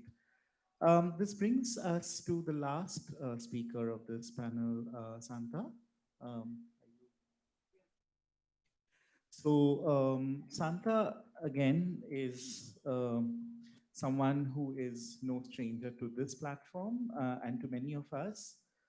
She is a Manipuri indigenous Nupi Mandi person from Manipur. Um, she's a human rights defender, writer, poet, and artist. She presented to us, many of us, her book of writing this morning, which I'm hoping that she'll also introduce to this audience. She works with the All Manipur Nupi Manbi Association, which is Amana and Sathi. Thank you. Thank you so much for the wonderful and comprehensive introduction on India. Sometimes when I have never prepared before for any events and presentation, but for this time I have written something which I thought it's very important to address in such a forum, which specifically people are very much focused on trans narratives. So, during the pandemic, I have learned so many new experiences that I have never experienced before. Mm, I've seen how power, politics, and ability, elites especially, has played out in various forms in the name of providing support. Our population, on the other hand, like many other affected, is not prepared for this magnitude of emergency lockdown. Life came to a halt and business stopped abruptly and fear becomes a norm. There is a looming sense of fear, insecurity, and sense of doom, sense of doom. And because, you are locked down in an environment which have never been very conducive for growth, and many doesn't have the skills, resources, and support to mitigate through this pandemic. Our community, transgender, has always been the marginalized section of population and have been struggling to thrive with a lot of difficulties with or without the COVID outbreak. With this outbreak, the community is further pushed back and is experiencing furthermore isolation. Social distancing have rendered many jobless, where the maximum work involved physical proximity. For example, beauty parlor in Manipur, mental upheaval in the form of increased anxiety, extreme sadness, the sense of loss, grieving, what used to be a normalcy is a common occurrence. This has not been addressed. The gap seems widened furthermore. The lockdown has also made me realize that trans people who are margined in terms of geography, cultural identity, food, tradition were pushed to compromise their realities to certain imposition and controls. Moreover, the distribution of trans resources fabricate conflict, the division of community by a few groups and NGOs. As the COVID-19 is attached with stigma, it amounts to social discrimination towards the trans community. I have a few points which I feel need to address. These are based on my experience. Number one, which I experienced a terrible, phase of time during the COVID support was FCRA, Foreign Currency Regulation Act. The instance over FCRA has created enormous amount of challenges during the lockdown. The heavily documentation that was required for receiving support stood as a barrier to access the resources on time. Because in the Northeast, paper documentation was not practiced in our culture, and the community working in at the grassroots level really finds difficult to accommodate in the new imposition. We struggled to find a shop that were fit to the eligibility of the FCRA guideline. The time that was consumed in the process of finding vendors that a proper shop registration bills received has delayed in getting the requirement of the dry ration for the community beneficiaries. And this is regarding the support that was provided by Minister of Social Justice and Empowerment. So that time we failed to find a good number of community members who have bank account. And also if the community have bank account, it's dormant because of not using for a long time. So there were financial support coming from various NGOs and also from Minister of Social Justice and Empowerment. However, out of 100 individuals, there were about 5 who have bank account.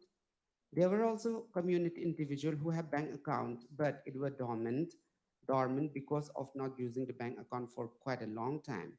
Besides, most of the support coming were for providing ration, but we found different requirement for different individual, which we failed to fulfill because of the lack of understanding towards the realities of the trans financial documentation tradition. So, and there was also favoritism, which I experienced from MSJE. There was, in short to say, they were gatekeepers, trans gatekeepers.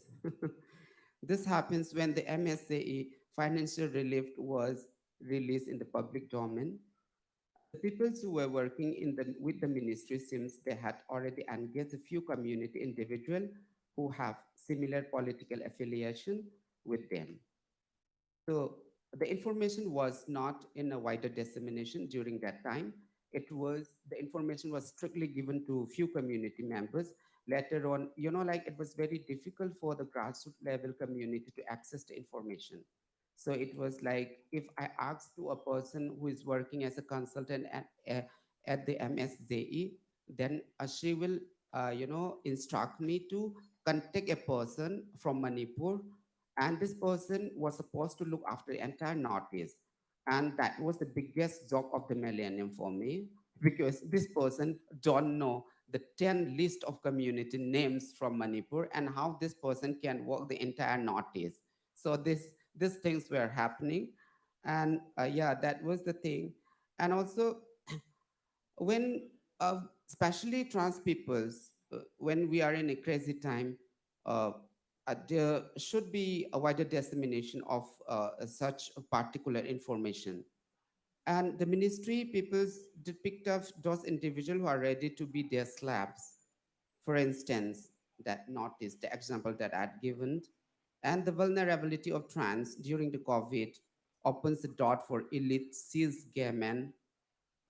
I would like to claim this as intellectual infringement because, like our experience, trans experience is our intellectual property.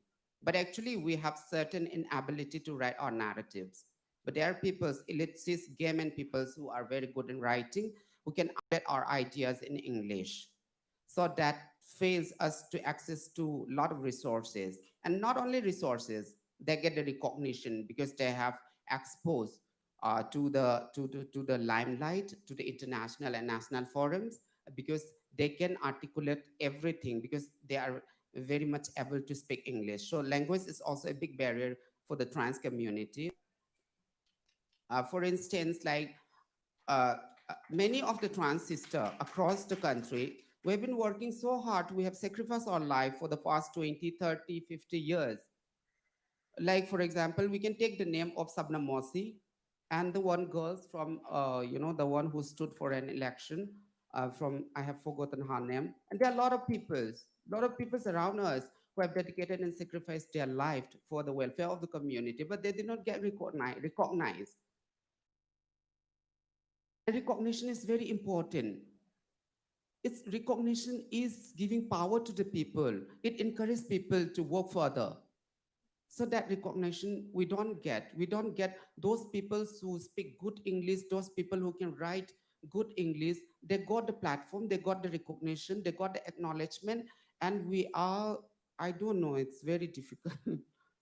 And so that was one thing which I found, because during the pandemic, I was the person who worked with the state for the implementation of a separate quarantine center for the transgender peoples.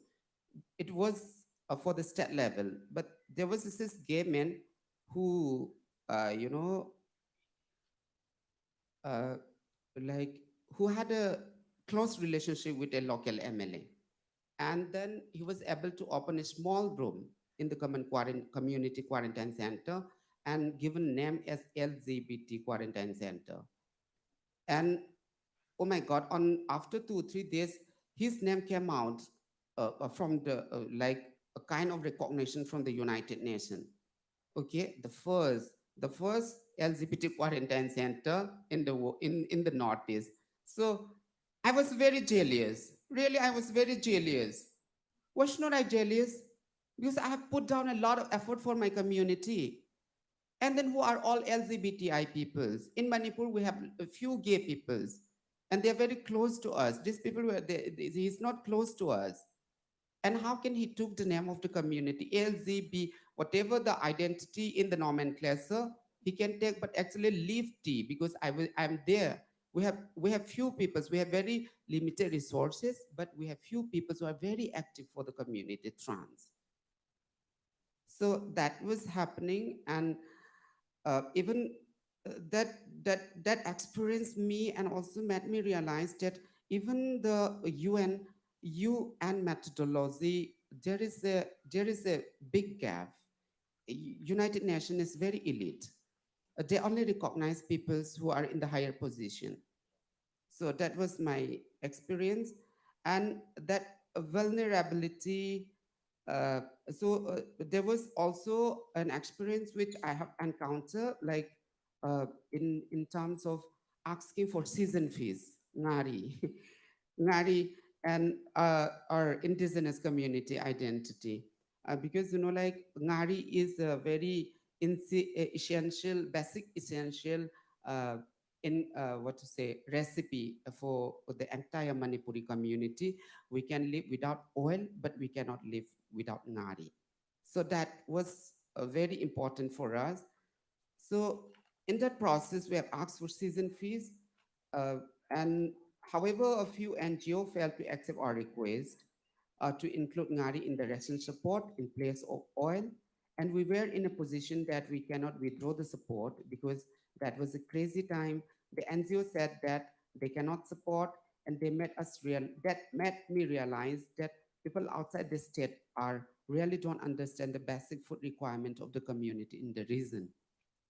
I feel like how the community living in the periphery are controlled and forced to certain cultural paradigms, especially during helpless situation. There was also an interview taken from me by an organization based in Delhi, and the objective of collecting that data was to look on the vulnerability of trans people who are associated with a particular socio and cultural identity, including caste. In spite of telling the interviewer about my indigenous identity and the struggle, I was taken under Bahujan identity. But I was not aware of Bahujan identity that time, so I did short reading about Bahujan identity, but I did not fit in there. So I requested them to remove me from the publication.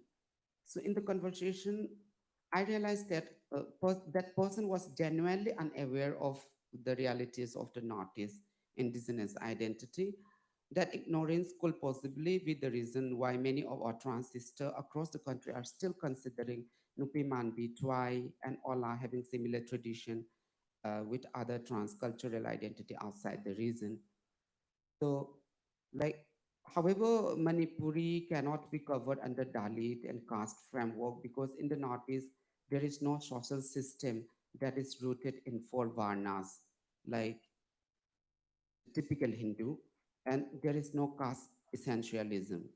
So this is my late realization, which I many times I failed to address, but this time I prepared and then I study a bit, so that that allowed me to open up my eye and would able to articulate me to present the differences. And then the separate funds that's coming for trans men and trans women, it was very painful for me because like both trans men and women, according to my understanding, we have been working together for a common cause, for a common struggle. And during this vulnerable time, people have started dividing the community, fabricating conflict and gender politics using those resources, and it gives us a sense of division between the community, which I feel it's not a good attempt. It's really dividing the community and the solidarity that we are trying to construct and establish for a long, long time. It happens in Manipur, and I wish none of the NGOs and funder don't comes to the Northeast because it's a very tiny environment, and we don't want such bigger conflict to come in the picture and divide the community for 2 lakhs, 3 lakhs. We don't care. We really care about the community. We require money, but actually, if the money is going to divide the community, we don't want that money. We're happy in our tiny world.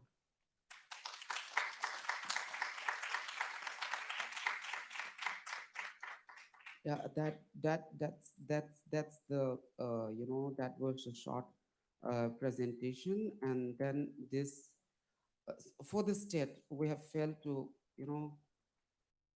have failed trust to the state government, because during the pandemic also we did not receive any support from the government. The DC Imphal East was very close to me, and we had a personal relationship. And then state provided 40 ration kits in the entire lockdown, and all the support was my effort. And it was not my lone effort, but we have trans community in the beginning. When there was no support coming from outside, then we used to collect foods and monies, small amount of money. And then we identified very helpless peoples in the helpless condition. And then we used to give rice, we used to give only ngari and salt at that time. And that was the beginning of how we have started providing ration and then financial support. And then one thing which made me very disappointed was FCRA. This comes to my mind repeatedly, that FCRA stringent was very difficult for the peoples working in the grassroots, because like we don't have FCRA eligibility, and also we are not very much familiar with the financial documentation process. Okay, so in order to get the benefit, are we going to again go for another schoolings for financial education, which is not possible at all? So, and also we fail to find people who really willing to support us, who are trans affirmative. All people who supported us are just for, it's like give and take. They also have certain benefit, being close to us, being friends with us, and we also get benefit from them. So that was the entire thing which we have experienced during the pandemic. Yeah. um, let me let me just try to remember things which Mike possibly left out in during the presentation. Um, yeah, the Transnational Council. Yeah, that was, yeah. Oh my God, that's very important. That's very important. That's crazy. The center is crazy. Again, I will be taking up specially from the perspective of Northeast. Northeast is a very big reason. Not only Northeast, South India, North, West. There's certain different state having diverse culture, language, everything. And then how a single person is going to represent the entire region? This is crazy. And those people, and honestly telling you, trans men cannot represent trans women cannot represent trans men. That's crazy. I cannot speak on behalf of trans men because I have I have friends. I work with trans men. I'm the person who brought out trans men in the movement, and she knows that also. But actually, I cannot speak on behalf of them because our issues is different. And the person who was appointed from the Northeast, I had already shared to the audience that she is a person who do not know the name of 10 individual. Then how can this person is going to represent the entire Northeast? So my question is this person going to really serve the entire community in the region? I think she might not have been traveling once outside the state, in one state of the Northeast. It could be, probably it could be me who have been traveling across the Northeast for all these years long. Since 2010, I have started working with the community from different state of Northeast. So that's the thing. And because he is a Brahmin, we call Brahman as Brahmin in Manipuri. So she is a Brahmin. That could be the reason why he was appointed. So according to my reading, all Brahman, huh? Okay, that's the end of my presentation. Thank you.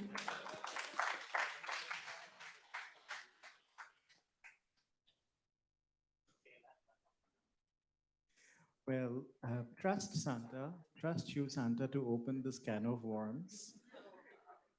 I mean, and I'm glad that you did it because I think that's the purpose to for this for the conference that Transform is and has been a space for inviting, um, you know, what are these deeply contested terrains that we face within our trans spaces, and that like the trans space is not a monolithic space, and that uh, we have these fissures, and it's important to look into these fissures and these fractures that exist.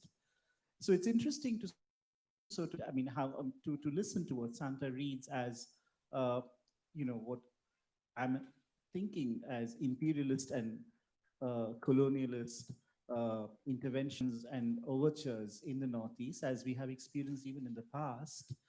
Um, it was quite fascinating to know, I mean, to talk about this the forcing of cultural paradigms uh, that are alien to the region, to talk about food in such an intimate way, because I think that is something that we often do not talk about. And yesterday, Disha and I, we were having this conversation, and she raised something very important about food. And she said, sometimes, what I mean, how do we set these priorities in when you're deciding on what ration goes out, and who gets what, and the question of quantity that Uma raised, the kind of habits and the kind of the structures of families that we are in as trans persons. So I think those are very important. And of course, the question of the intellectual infringement, and the question of language and articulation, and also appropriation of our stories and our struggles.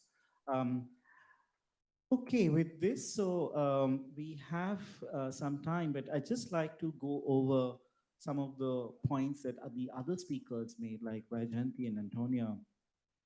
And Vajanti quite clearly spoke about the socio-legal crisis, along with the public health crisis that we witnessed in the wake of the pandemic and the response to the pandemic. Um, and, you know, and of course, sort of raise serious questions of accountability, and questions around the skills and expertise I mean, primarily focusing on the underrepresentation in terms of statistics and data, and how a lot of these responses are therefore flawed by the very nature and the very structure in the way these have been designed and are being carried out in our names.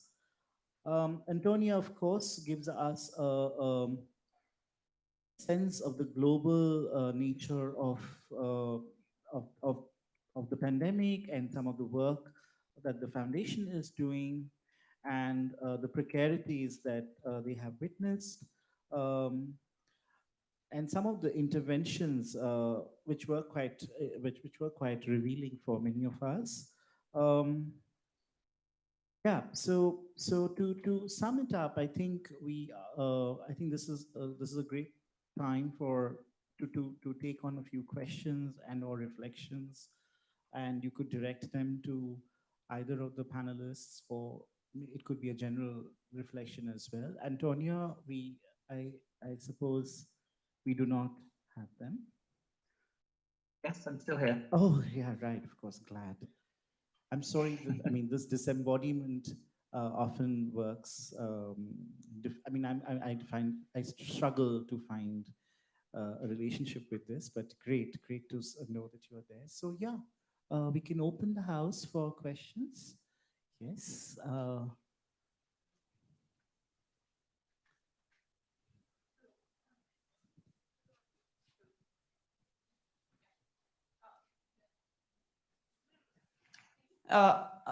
Okay. My name is Abby. My pronouns are she and they.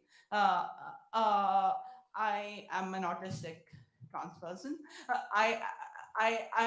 Like one of the thing that I didn't hear from a lot of you is uh, like the stories of disabled and neurodivergent trans people inside during the pandemic, and uh, like I like uh, I have seen I have lost two of my uh, disabled transplants, and one of them took their own life. uh like it's really sad that it's really sad that all the reporting and everything, all the activism that happens in oh sure uh, all the activism that happens in in uh, like uh, trans uh, na- uh, in trans spaces, frequently exclude disabled and neurodivergent trans people, because I have really felt that, like for, for example, uh, uh, I I I like I have I had uh, like I during the pandemic I have I during one of the during a meeting which was supposed to be a safe space,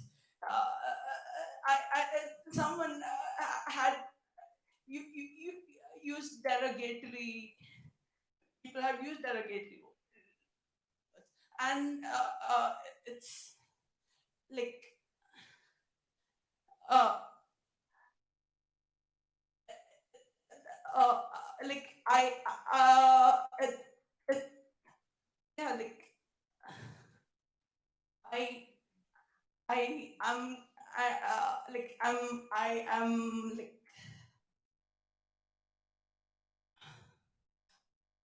uh, disappointed at the larger community for uh, ignoring this ignoring a lot of us, and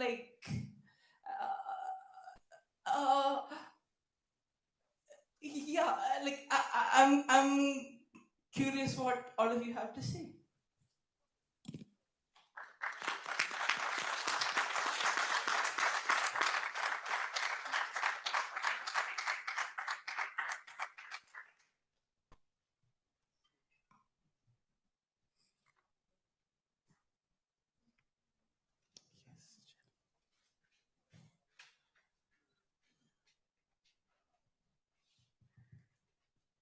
This question again is for anyone in the panel. First of all, Abhi, thank you for raising that issue. My larger question to perhaps Omi, Vaijanti, and also Santa is that we've seen in the court litigation, an issue was raised that why aren't the court orders implemented? And often, and we fought in all the, high courts for getting reliefs without ration cards, without whatever pension cards, etc. And all these reliefs that the government is giving, even the few limited reliefs, are all based on registration, right? Like an LPG card, like the LPG cylinder in COVID time was only if you had registered with this Pradhan Mantri Ujjwala Yojana. The rations is if if you have a ration card. The social security scheme is if you've registered. And we found that this registration across the schemes was not happening with the trans community. And um, and so, it's just a larger question that I want to raise, that what are some of the challenges in these registrations, so that so that moving on, we can kind of ease those, we should work towards easing some of those challenges. What are some of the challenges? Yeah. Before we go on to taking more questions, can we sort of pause? And would any of you want to reflect on the two questions that have come from the house now? One is I applies for hubby because somehow we have to include all the when we are saying diversity and all those things, we have to include and we have to work together all the communities like overall, like LGBTQI or any disabled or any persons. We have to work together. And one is when we are working on the ground and when we are working on the field, we are not we are not discriminating anyone. We will as my experience, we will work together and we are always open to work with the community. That is one thing. And Jaina's question, one is lack of education, because our community is a working class community. One is they don't have much information. Santa said no, because most of the community people are they don't have much education and they're only depending on their daily commitments and daily sex work begging. They most of the situation they think that kind of like they have to earn money and they have to follow their commitment. That's all. That is one thing. And other one, like already I told, like in Karnataka, so many organization we have, but we are working as voluntarily. We are not big organization. We don't have any FCRA. We don't have any funding resource. We as a community, Santa said clearly, because community are they are working long. They given a lot of ಕನ್ನಡದಲ್ಲಿ ಹೇಳ್ತೀನಿ ಗುರು, community ಅವರು ತುಂಬ ಏನು sacrifice ಮಾಡಿದ್ದಾರೆ. ಕಮ್ಯುನಿಟಿಗೋಸ್ಕರ ಕೆಲಸ ಮಾಡಬೇಕು, ಮತ್ತು ಇದು ನಮ್ಮದು ಕಮ್ಯುನಿಟಿ, ನಾವು ಫೇಸ್ ಮಾಡಿದಂಥ ಪ್ರಾಬ್ಲಮ್ನ ಇನ್ನು ಮುಂದೆ ಬರೋರು ಫೇಸ್ ಮಾಡಬಾರ್ದು ಅಂತ ತುಂಬ ಕೆಲಸ ಮಾಡ್ತಾ ಇದ್ದಾರೆ. ಯಾರೂ ರೆಕಗ್ನೈಸೇಷನ್ಗೋಸ್ಕರ ಅಥವಾ ನೇಮು ಫೇಮ್ಗೋಸ್ಕರ ಕೆಲಸ ಮಾಡ್ತಾ ಇಲ್ಲ. ಆ ಥರ ಇರೋವಾಗ ಎಲ್ಲೋ ಒಂದು ಕಡೆ ಆ ಒಂದು ಇದರಲ್ಲಿ ಫ್ಯಾಷನ್ ಆಗಿ ನಾವು ಕಮ್ಯುನಿಟಿಗೋಸ್ಕರ ಕೆಲಸ ಮಾಡಬೇಕಂತ ನಾವು ಮಾಡ್ತಾ ಇದ್ದೀವಿ. ಅದರಲ್ಲಿ ನಾವು ಎಷ್ಟು ಅಂತ ನಾವು ಕವರ್ ಮಾಡಿ ಕೆಲಸ ಮಾಡಲಿಕ್ಕಾಗುತ್ತೆ, ಅದು ಒಂದು ನಂದು ಒಂದು ಆನ್ಸರು. ಮತ್ತು ಇನ್ನೊಂದು ಏನು ಅಂತ ಹೇಳಿದ್ರೆ FCRA as a small organization, ಮತ್ತು ನಮ್ಮದು ಅದು ಫೈನಾನ್ಷಿಯಲ್ ಇದನ್ನ ನಾವು ಅದನ್ನು ಫಾಲೋ ಅಪ್ ಮಾಡಿ ಅದು FCRA ತೊಗೊಂಡು ಅದನ್ನೆಲ್ಲ ಇದು ಮಾಡಬೇಕು ಅಂತ ಹೇಳಿದ್ರೆ ಎಲ್ಲೋ ಒಂದು ಕಡೆ ನಮ್ಗೆ ಅಷ್ಟೊಂದು ಇದು ಇಲ್ಲದೆ ಇರೋದ್ರಿಂದ ನಾವು ಅದೂ ಸಫರ್ ಆಗ್ತಾ ಇದ್ದೀವಿ. ಮತ್ತು ಇನ್ನೊಂದು ಏನು ಅಂತ ಹೇಳಿದ್ರೆ, ಹೌದು ನಮ್ದು ಎಲ್ಲ ಒಂದು ಕಡೆ ಜವಾಬ್ದಾರಿನೂ ಇದೆ. ಅದನ್ನ ಹೌದು ನನಗೆ ಈ ಥರ ಇದೆ ಅಂತ ಹೇಳ್ಬಿಟ್ಟು ಅದೊಂದು ಕಾರಣ ಕೊಟ್ಬಿಟ್ಟು ನಾವು ಕುತ್ಕೊಳ್ಳೋದು ಅಲ್ಲ, ನಮಗೂ ಕೂಡ ಜವಾಬ್ದಾರಿನೂ ಇದೆ. ಎಲ್ಲ ಕಡೆಗೂ ರೀಚ್ ಆಗೋ ಥರ ನಾವು ಕೂಡ ಪ್ರಯತ್ನನೂ ಕೂಡ ನಾವು ಮಾಡಬೇಕಾಗಿದೆ. So Umi focuses on 3 points. One is many community members, as trans in Karnataka particularly, we have taken it as a passion to work with the community. As a community members, we work with the community with whatever resources which are available, because many organizations. The second point what she touches is the FCRA, because the many groups or smaller groups, they have limited access for resources. So given the point, whatever available resources are there, we are doing our work, and we are doing it as a passion. It's our passion. And ಅದನ್ನ ಅಂದ್ರೆ ಹೌದು ನಮ್ದು ಜವಾಬ್ದಾರಿ ಇದೆ, ನಾವು ಅದನ್ನು ಕೆಲಸ ಮಾಡಬೇಕು. ಎಲ್ಲ ಒಂದು ಕಡೆ ಇದು ಒಂದು ನಾವು ಮನಿ ಇಲ್ಲ, ರಿಸೋರ್ಸ್ ಇಲ್ಲ ಅಂತೇಳಿ ಸುಮ್ಮನೆ ಅದೊಂದು ಹೇಳೋದು ಕೂಡ ಅಲ್ಲ, ನಾವು ಮಾಡಬೇಕು ತಗೊಂಡು, ಅದು ನಾವು ಮಾಡ್ಬೇಕಾದ ನಮ್ಮ ಜವಾಬ್ದಾರಿ. so she's saying that it's our responsibility. When we have taken it as a responsibility, we have to do it without expecting a fame and name. That is the third point what Uma was insisting.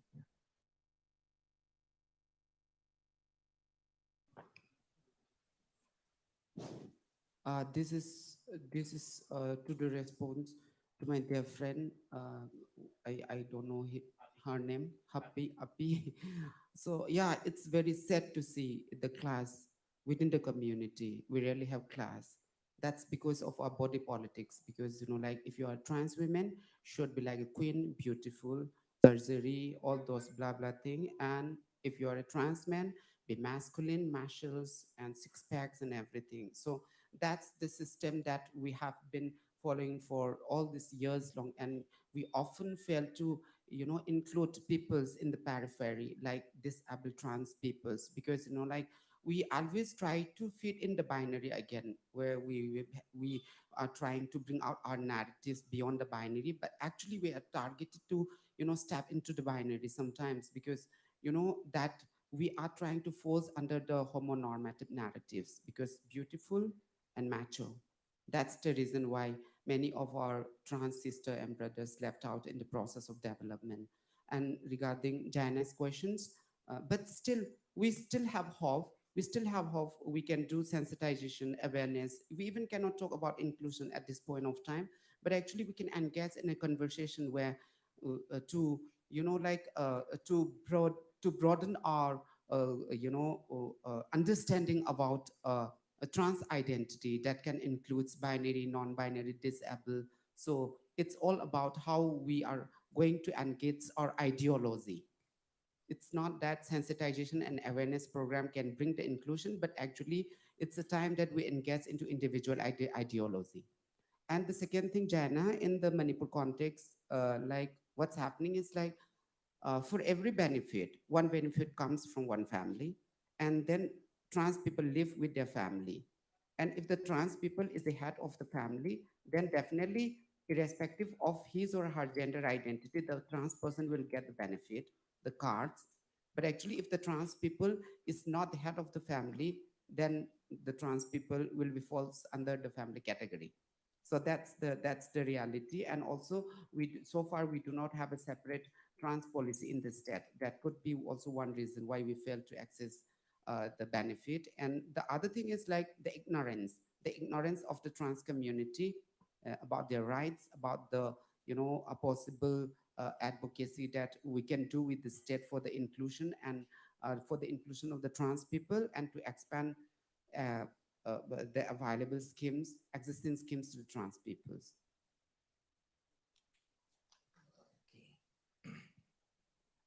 Maybe I was wondering, Antonia, if you had a response to be made to the question that was raised here in the House.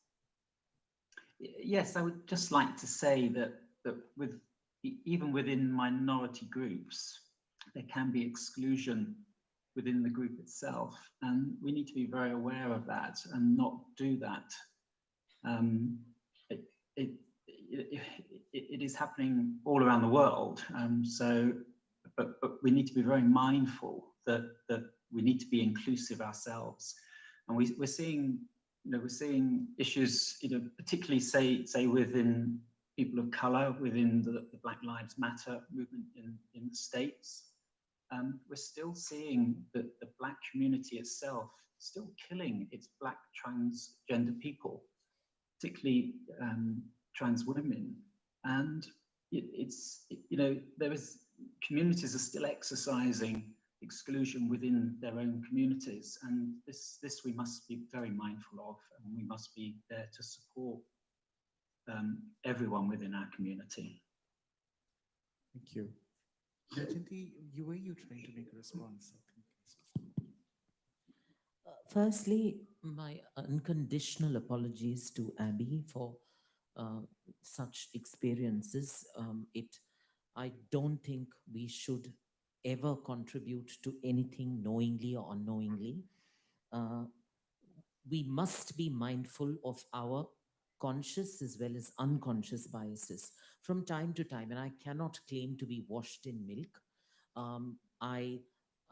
As a transgender person who's also a person from the other backward classes, as an OBC transgender person, it is my duty to ask myself, what are my unconscious and conscious ableist biases? What are my conscious and unconscious casteist biases? What are my unconscious and conscious other forms of biases? They could be speciesist, they could be many other forms of conscious and unconscious biases.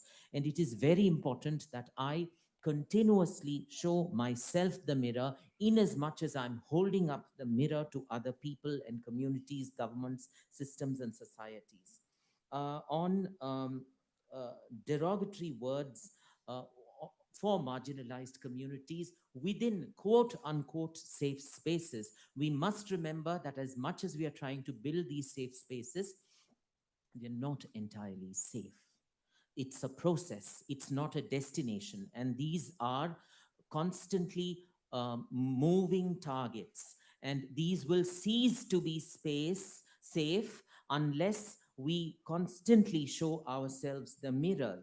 On persons with disabilities, the other point that Abby raised, within Telangana, the state where I am from, there are, if you look at disability hostels, government disability hostels are full of, largely composed of inmates who are Dalit, Bahujan, Adivasi, SC, ST, OBC, predominantly SC and ST, the most marginalized. So imagine the kind of oppression, discrimination, exclusion, repression that a Dalit, SC, ST person who's also has disability and who could be neurodivergent, who could also be immunocompromised at 5, 6 levels faces. And while I won't take the names, there are disability hostels for women where there are trans men. And I can't speak on behalf of anyone, but I am speaking because there's a structural issue. And the government disability hostels are under heavy pressure.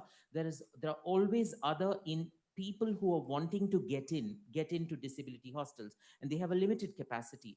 So imagine our trans brothers who are unable to assert their gender identity within government disability hostels purely because of the fact that there is no policy. The kind of fear they live in is, if I were to come out If that trans brother were to come out as a um, uh, trans man, the sheer lack of sensitization and awareness could trigger a very negative backlash within the disability hostels that bahar pheko is mard ko, throw this guy out. Why the hell is he here in a women's disability hostel? So that's the sensitization, that's the intersectional awareness that we have to build within systems, within governments, and within our own communities and larger communities. And lastly, Jayna, on registration and what about unregistered transgender persons registered in not registered in these schemes, the challenges as of now, the model being used even with the judgment on social security and welfare being offered to persons dependent on sex work after the Supreme Court judgment is that it is being done through CBOs and NGOs, but we all know that there is a lot of wastage there. We all know that they are not unable to, perhaps unable to, as well as sometimes there are territorialities. Let's also be mindful of the fact that, in as much as we call ourselves human rights activists and defenders, many of us are struggling with territoriality. So, am I being territorial? Even before I ask other people, am I being territorial? Am I cutting access to other trans persons and persons with multiple marginalization? Is the question I have to constantly ask myself. So, just these two models of CBOs and NGOs referring those who are uncovered is not adequate. It is important, it cannot be dispensed with, but it is not adequate. Thank you. Yes. क्योंकि यहाँ पर मणिपुर, तेलंगाना, कर्नाटका और बंगाल अलग अलग राज्यों से आए हैं और हम कोविड के अंतर्गत कम्युनिटी की अलग अलग सिचुएशन के बारे में जब बात कर रहे हैं तब मेंटल हेल्थ का इशू बहुत अहमियत रखता है और आप सभी गवर्नमेंट के साथ में काम करते हैं, इसलिए मैं आपको पूछना चाहती हूँ कि क्या आपके राज्यों में मेंटल हेल्थ सपोर्ट के लिए कुछ प्लानिंग किया गया as a CBO, as a NGO या एज अ गवर्नमेंट? कुछ किया गया कि जिसकी वजह से लोग जो डिप्रेशन में गए इस टाइम में, मतलब पैसा ही सब कुछ नहीं है, बहुत जनों के पास में पैसा जमा था लेकिन उनके घर में कोई इंसान ना होने की वजह से और लॉकडाउन की वजह से वो घर के बाहर नहीं जा सकते, उसमें डिप्रेशन में ही लोग हार्ट अटैक से मर गए। जिनको हम हार्ट अटैक की डेथ कह रहे हैं वो एक्चुअली डिप्रेशन की डेथ है। इसके बारे में गवर्नमेंट तो नहीं सोचेगी, लेकिन हम क्या आपके राज्यों में कोई ऐसा काम किया है? एक हम ट्रांसलेट कर देते हैं एंटोनिया के लिए आपके प्रश्न। Antonia, the question that Disha raised from the audience is that because of some of the experiences that were shared here, how is the issue of mental health as it impacted trans communities sort of brought, or I mean, how did we engage with that issue, from our respective, some respective state level experiences of working with authorities and other intervention measures. So, just to summarize the question that was raised. Thank you for that. I cannot answer that in the detailed technical sense because I do not know what each of the individual regions where we're funding are doing. All I know is obviously the negative impact that the pandemic has had because of all the issues that we've discussed this morning. What is actually being done within the communities, I cannot be clear. I mean, I can find out and share later if you'd like me to, but technically I'm not able to answer that.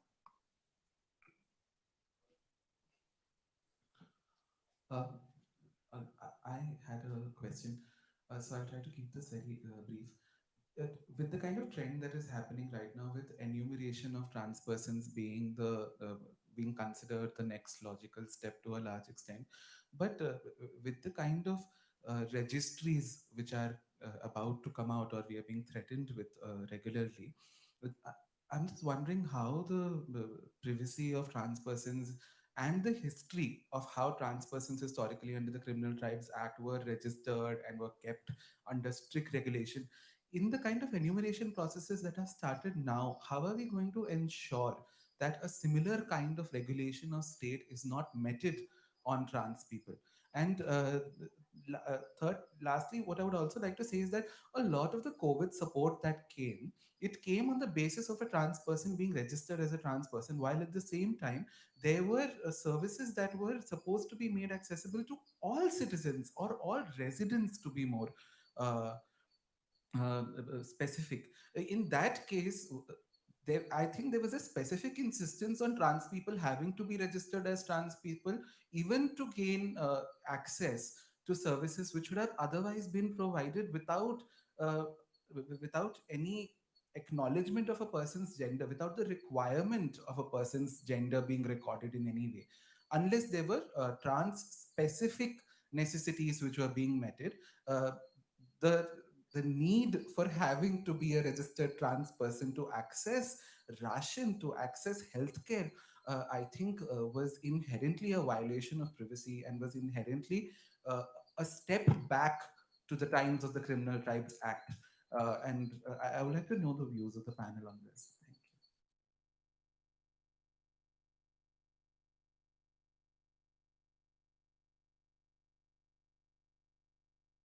you. So, like, actually, I'm not good in speaking Hindi, but you being a transistor, I'll be trying to speak a response to your, I understand your question, so I'll be trying to speak Hindi. Um, and also, not speaking Hindi is my politics. So, so but we need to communicate. We need to communicate whatever, because I sometimes need to come out from my very rigid political stance. So हाँ, किया है, मणिपुर में किया है, मतलब state से कुछ नहीं मिला, स्टेट से मेंटल हेल्थ के बारे में कुछ नहीं मिला। तो लॉकडाउन में हमने क्या एक्सपीरियंस किया, कुछ लोग ट्रांस सिस्टर, वो लोग मुझको रिपोर्ट देती है, नींद नहीं आती उसको, क्या दिस वो डरता है, कभी कभी बहुत डरता है बिना वजह, बहुत डरता है, तो वो बोलता है 4-5 वो लोग मुझको रिपोर्ट देता है। और जो ट्रांसजेंडर क्वारंटाइन सेंटर है ना, वहीं पे थोड़ा ट्रांसजेंडर वीमेन रहती है, वो लोग भी मुझको फ़ोन करती है, और ट्रांसमेन भी फ़ोन करती है जो लोग ट्रांसजेंडर क्वारंटाइन में रहती है।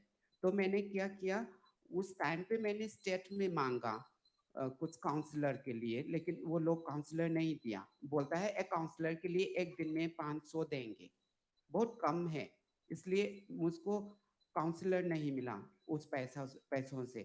तो मैंने क्या किया, मैंने national council churches of India, एक जो चर्च का बॉडी है, उसको मेरी पहचान है, तो मैंने उसको बात किया, तो उसने पैसा दिया वो काउंसलिंग के लिए। तो उधर में ऑनलाइन काउंसलिंग दिया। हमारा एक काउंसलर है, मेरे जान पहचान लड़की काउंसलर है, वो क्लिनिकल साइकोलॉजिस्ट है, उसके उसको कनेक्ट करके वो लोग को मैंने कनेक्शन दिया, और वो लोग ऐसा करके प्रोवाइड किया। हाँ, ये बहुत सच्ची बात है, जैसे कि जब हम अपना क्या है स्ट्रगल के लिए करते थे, तो हम कभी कभी अपने मेंटल हेल्थ के बारे में भूल जाते हैं। और पैंडेमिक में तो आदमी को हमारा सपोर्ट सिस्टम भी गिर गया उस वक्त पे, ट्रांसजेंडर के एक जो थे ट्रेडिशनल सपोर्ट सिस्टम, जैसे कि हम लोग कभी कभी एक साथ रहते हैं, दारू पीता है, वो सब करता है ना, वो तो गिर गया। तो अलग अलग में रहती थे, इसीलिए इसलिए वो सपोर्ट सिस्टम गिराने की वजह से हम लोग में वैसे कि एक सेंस आया था, अपने बहुत आइसोलेशन होता है ना, तो जीने का मकसद ही खो गया। इसीलिए मेंटल हेल्थ भी it's very important to address this issue, and that was the thing which I provided to my community during the pandemic. And what's her name? Yeah, it's very, yeah. if until and unless there is a specific trans policy, then it's good that all the peoples, it's not necessary to ask all the trans peoples to, reveal their identity. It's just for getting the benefit. Otherwise, like it's going to push, reinforce the people, to forcibly come out with their identity and to reveal their confidentiality and privacy.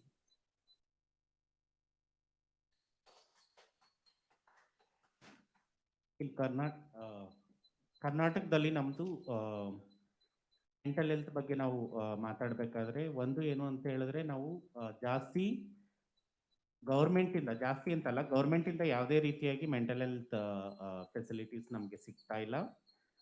ಜೊತೆಗೆ ನಮ್ಮದು ಒಂದು ಜೀವ ಆಗಿ ನಮ್ಮದು ಒಂದು ಹೆಲ್ಪ್ಲೈನ್ನ ನಾವು launch ಮಾಡಿದ್ದೀವಿ.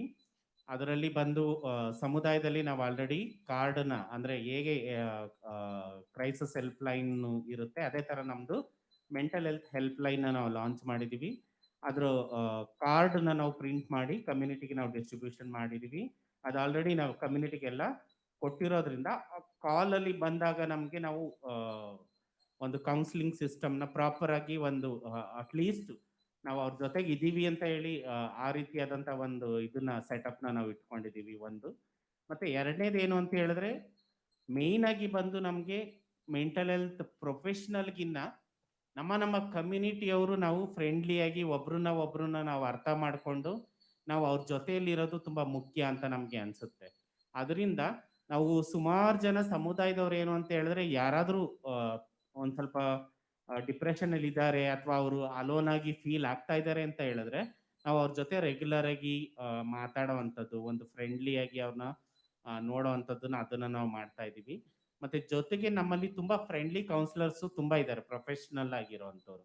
ನಾವು ಅಲ್ಲಿಗೆ ನಾವು ನಿಜವಾಗ್ಲೂ ಇವ್ರಿಗೆ ಜಾಸ್ತಿ ಒಂದು ಸ್ವಲ್ಪ ಫರ್ದರ್ ಪ್ರೋಸೆಸ್ಸಲ್ಲಿ ನಾವು ರೆಕಮೆಂಡ್ ಮಾಡಬೇಕು ಅಂತ ಹೇಳಿದ್ರೆ ನಾವು ಅಲ್ಲಿಗೆ ನಾವು ರೆಫರ್ ಮಾಡೋವಂಥದ್ದನ್ನು ನಾವು ಮಾಡ್ತಾ ಇದ್ದೀವಿ.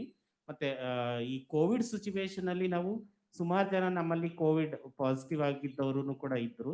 ಅವ್ರಿಗೆ ನಾವು ಹೋಗಿ ಡೈರೆಕ್ಟಾಗಿ ಮಾತಾಡೋಕ್ಕೆ, ಯಾಕಂತ ಹೇಳಿದ್ರೆ ಕೋವಿಡ್ ಇದರಿಂದ ಅಟ್ಲೀಸ್ಟ್ ನಾವು ಫೋನಲ್ಲಿ ನಾವು ಅವ್ರ ಜೊತೆಯಲ್ಲಿ ರೆಗ್ಯುಲರ್ ಆಗಿ ಮಾತಾಡ್ತಾ ಅವ್ರಿಗೆ ಒಂದು ಆತ್ಮಸ್ಥೈರ್ಯನ ತುಂಬುವಂಥ ಕೆಲಸನ ಕೂಡ ನಾವು ಮಾಡ್ತಾ ಇದ್ದೀವಿ. To me, saying even in Karnataka, there is no support for mental health from the government. And as Jiva,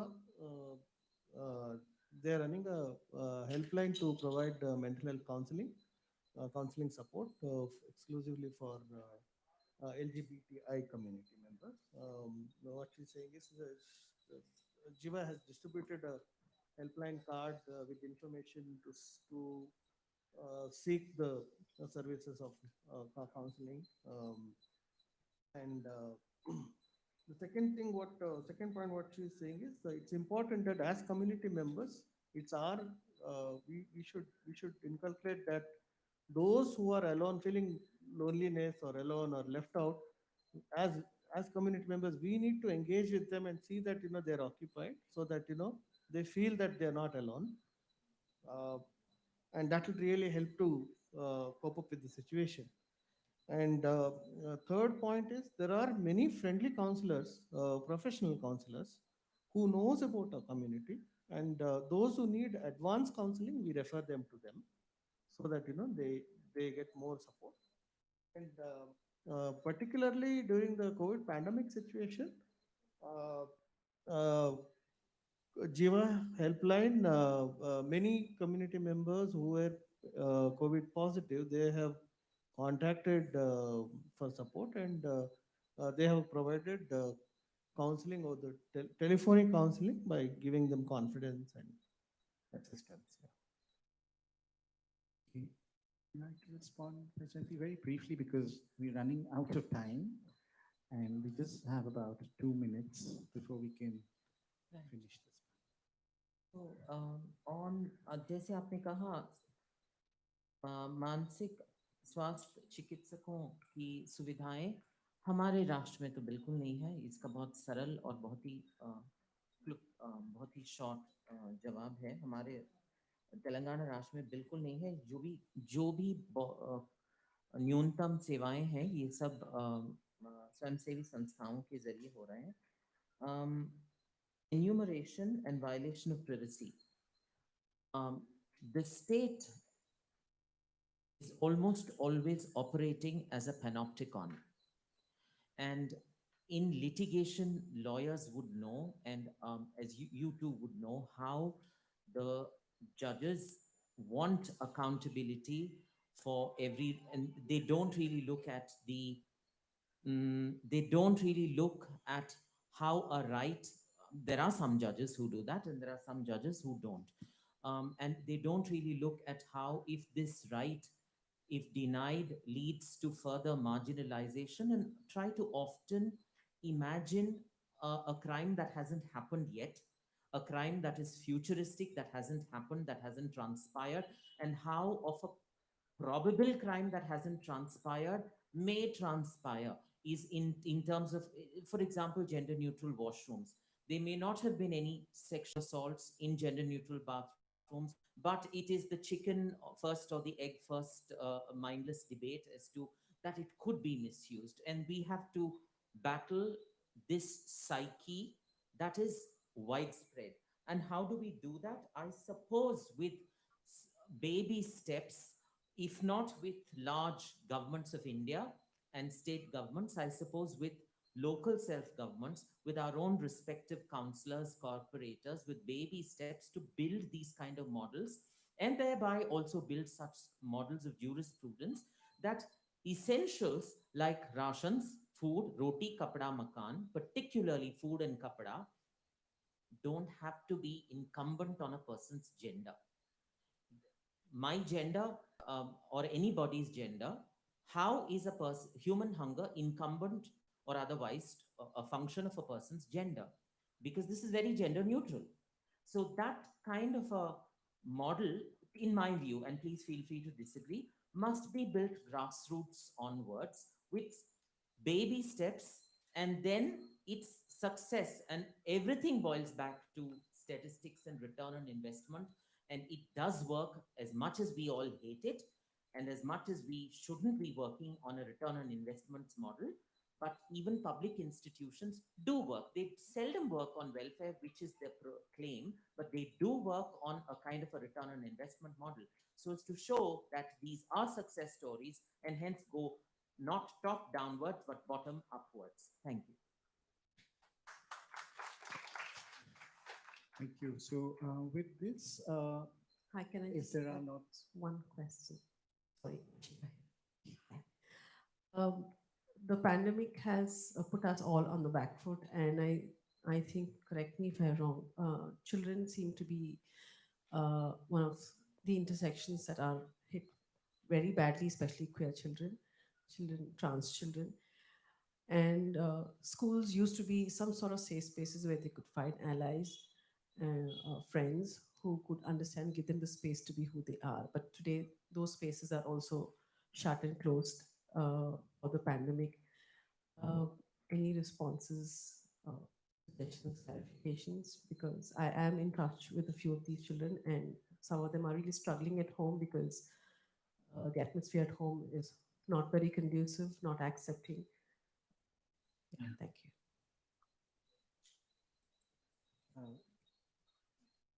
would you like to respond to that question? Or Grace, you had a hand up. Huh?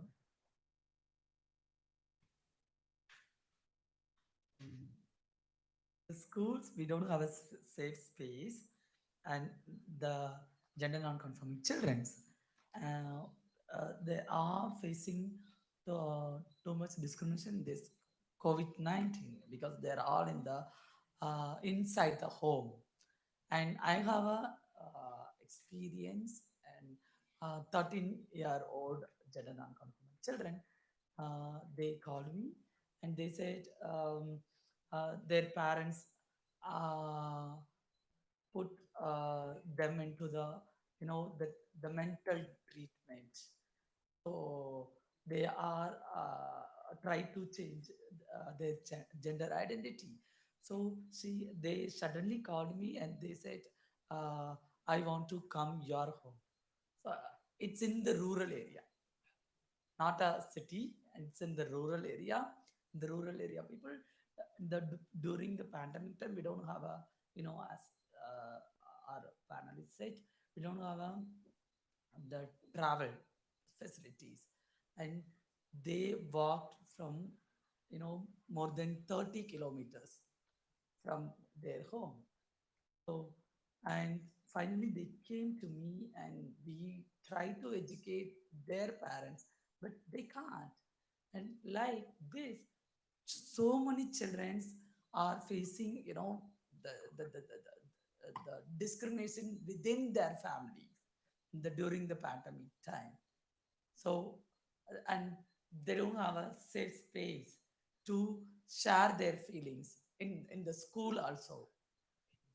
Yes, and I think this was raised also by Antonia in during their presentation, that the whole issue of being locked in oppressive structures have had severe impacts of where there are also reportage of domestic violence and for trans persons, intimate partner violence. A lot of that, those also did get flagged, and of course we did recognize them to be, sites where some of us are some of us have tried to address in our ways and are also struggling to find means and support to address them. Yes, and gender non-conforming, the case of gender non-conforming children being one of them for sure. The last question, if it is really not okay, okay, very quickly, please. And So my question is directly to Andre, I think, and Antonio. My question is directly to Antonia. So the thing that I wanted to know is, I was recently studying on how Give Well really works in terms of how it chooses the areas in which it has to focus. What I wanted to know is, how did Give Out really come to the regions that Give Out selected in terms of going ahead and focusing its funds on? Because from what we understand, the focuses are somewhere in terms of Caribbean islands, somewhere in terms of the Balkan region, another organization, and also CLPR in India. So were these based on things such as like population graphics of how many transgender people are there in those regions? Or was it based on the effectiveness of these organizations in terms of how much have they been able to contribute in terms of changes? Because if Give Out is such a big organization in terms of one among the most global organizations in giving out funds for trans people, I just wanted to know, how does it reach or select these organizations that it wants to give out the funds for? Thank you for that question. Yes. I mean, it's interesting to hear you say that Give Out one of the largest. I'm not sure we are. We're quite small still, and obviously have only been in place for a few years. But we are advised by a group of experts on global movement, on global issues, and they basically have sort of steered where the current grant partners are being assisted. At the moment, Give Out is very much exploring how to involve trans activists themselves more closely in the process of deciding where help is given, where funds are provided.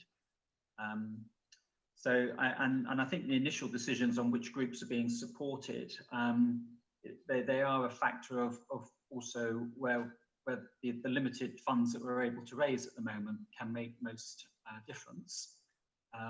But the concentration very much is in the global south and the east. And I don't know if people appreciate, but our process is very much about resources, not strategies. So that we're trying to provide financial support to enable under-resourced groups to carry out their activism. And I think that's the drive really from the experts in terms of where they're directing at the moment. You know, my aim very much is to keep doing what we're doing and hopefully, you know, get better commercial support here in the UK. I'm getting a lot of support within the LGBT community itself, who are giving from their salaries. It's a small amount each month, but you know, it builds. And we're trying to educate to get that support. And the greater we can make it, then obviously the more we can help. But I've been shocked. I've been shocked looking at how much funding amongst the bigger LGBTQI charities that might label themselves as multi-community, how much is actually being considered for trans help.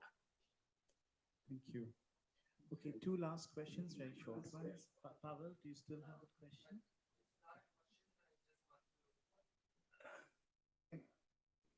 Can we then move on to Priya? Priya? Hello,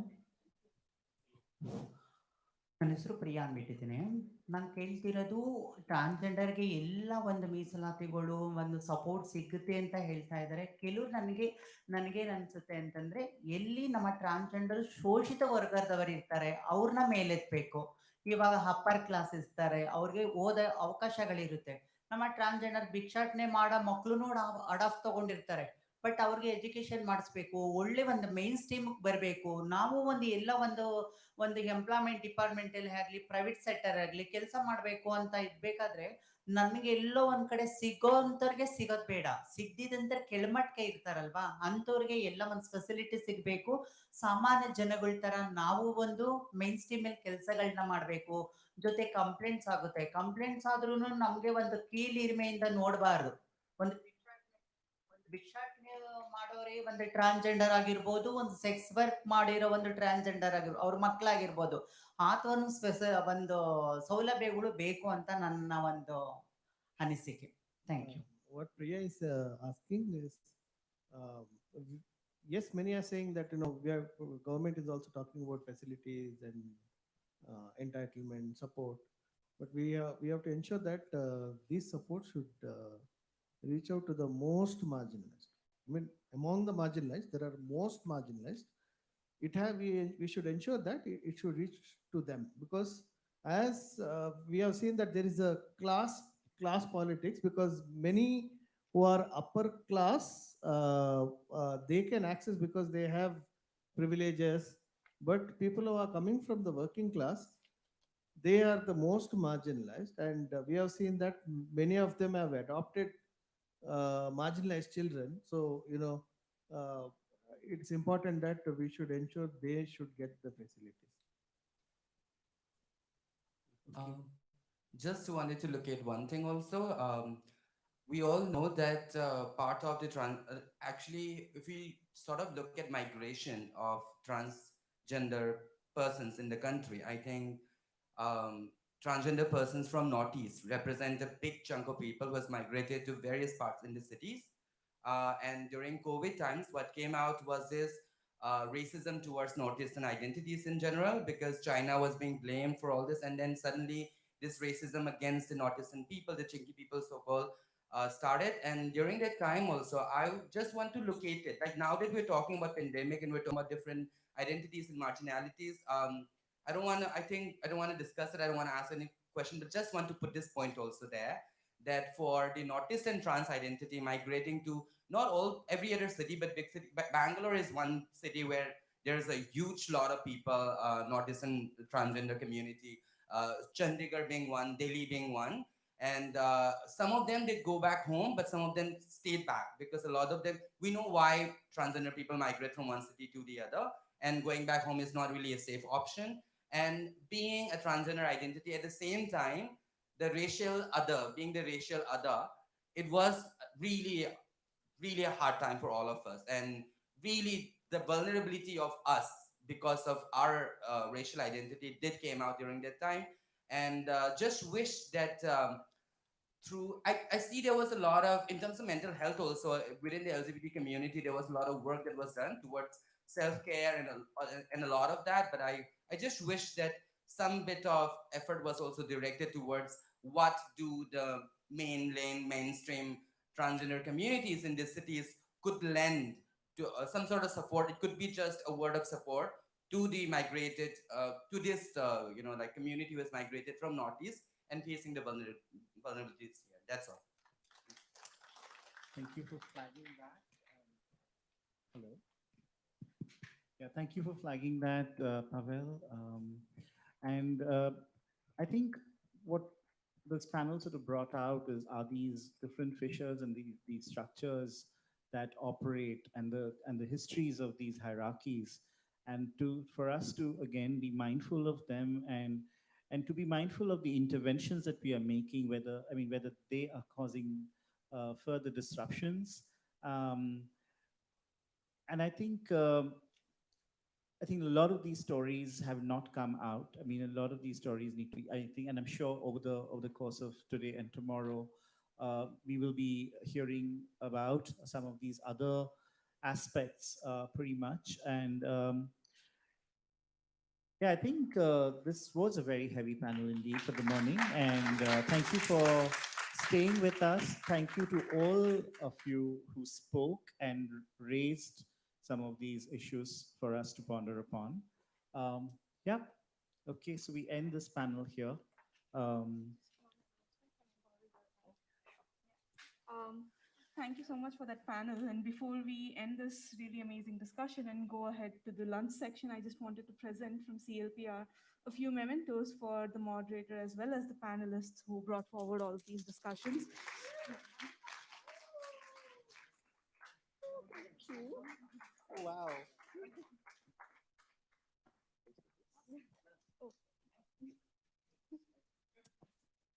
Pandemic photos will come with masks.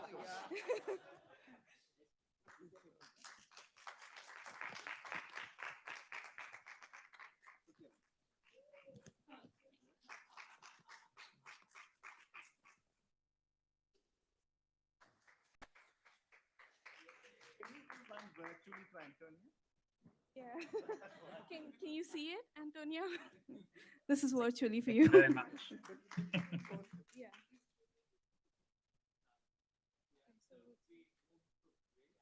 Yeah, let's all move to the lunch section for lunch. Do you have that? Just one quick Thank you. announcement. Sorry. We were recording for the session and it's live streamed on YouTube. So if anyone in the audience does not want to be seen, if they could come to any of us at CLPR and tell us, it would be great. We don't want to, it's very difficult to collect consent for everyone, but if anyone doesn't want to be on video or recorded, please just let us know. I'm Vikram, that's Almas. You can find, and that's Ritambra. You'll find any of us and let us know. Have a great lunch, everyone. See you there. Thank you. Thank you. Bye-bye. Sorry. What happened? No, because like we didn't take them. Hi. Good, I'm glad you came. I'm glad you got your stand by. Message. Hello? Yeah. So good you came. Good job. Hello? Hi, just one small announcement. The lunch is being served in the terrace. So We have to walk up. you can either walk up or take the lift. Huh, yeah. Here's your Thank you thing. so much. Do you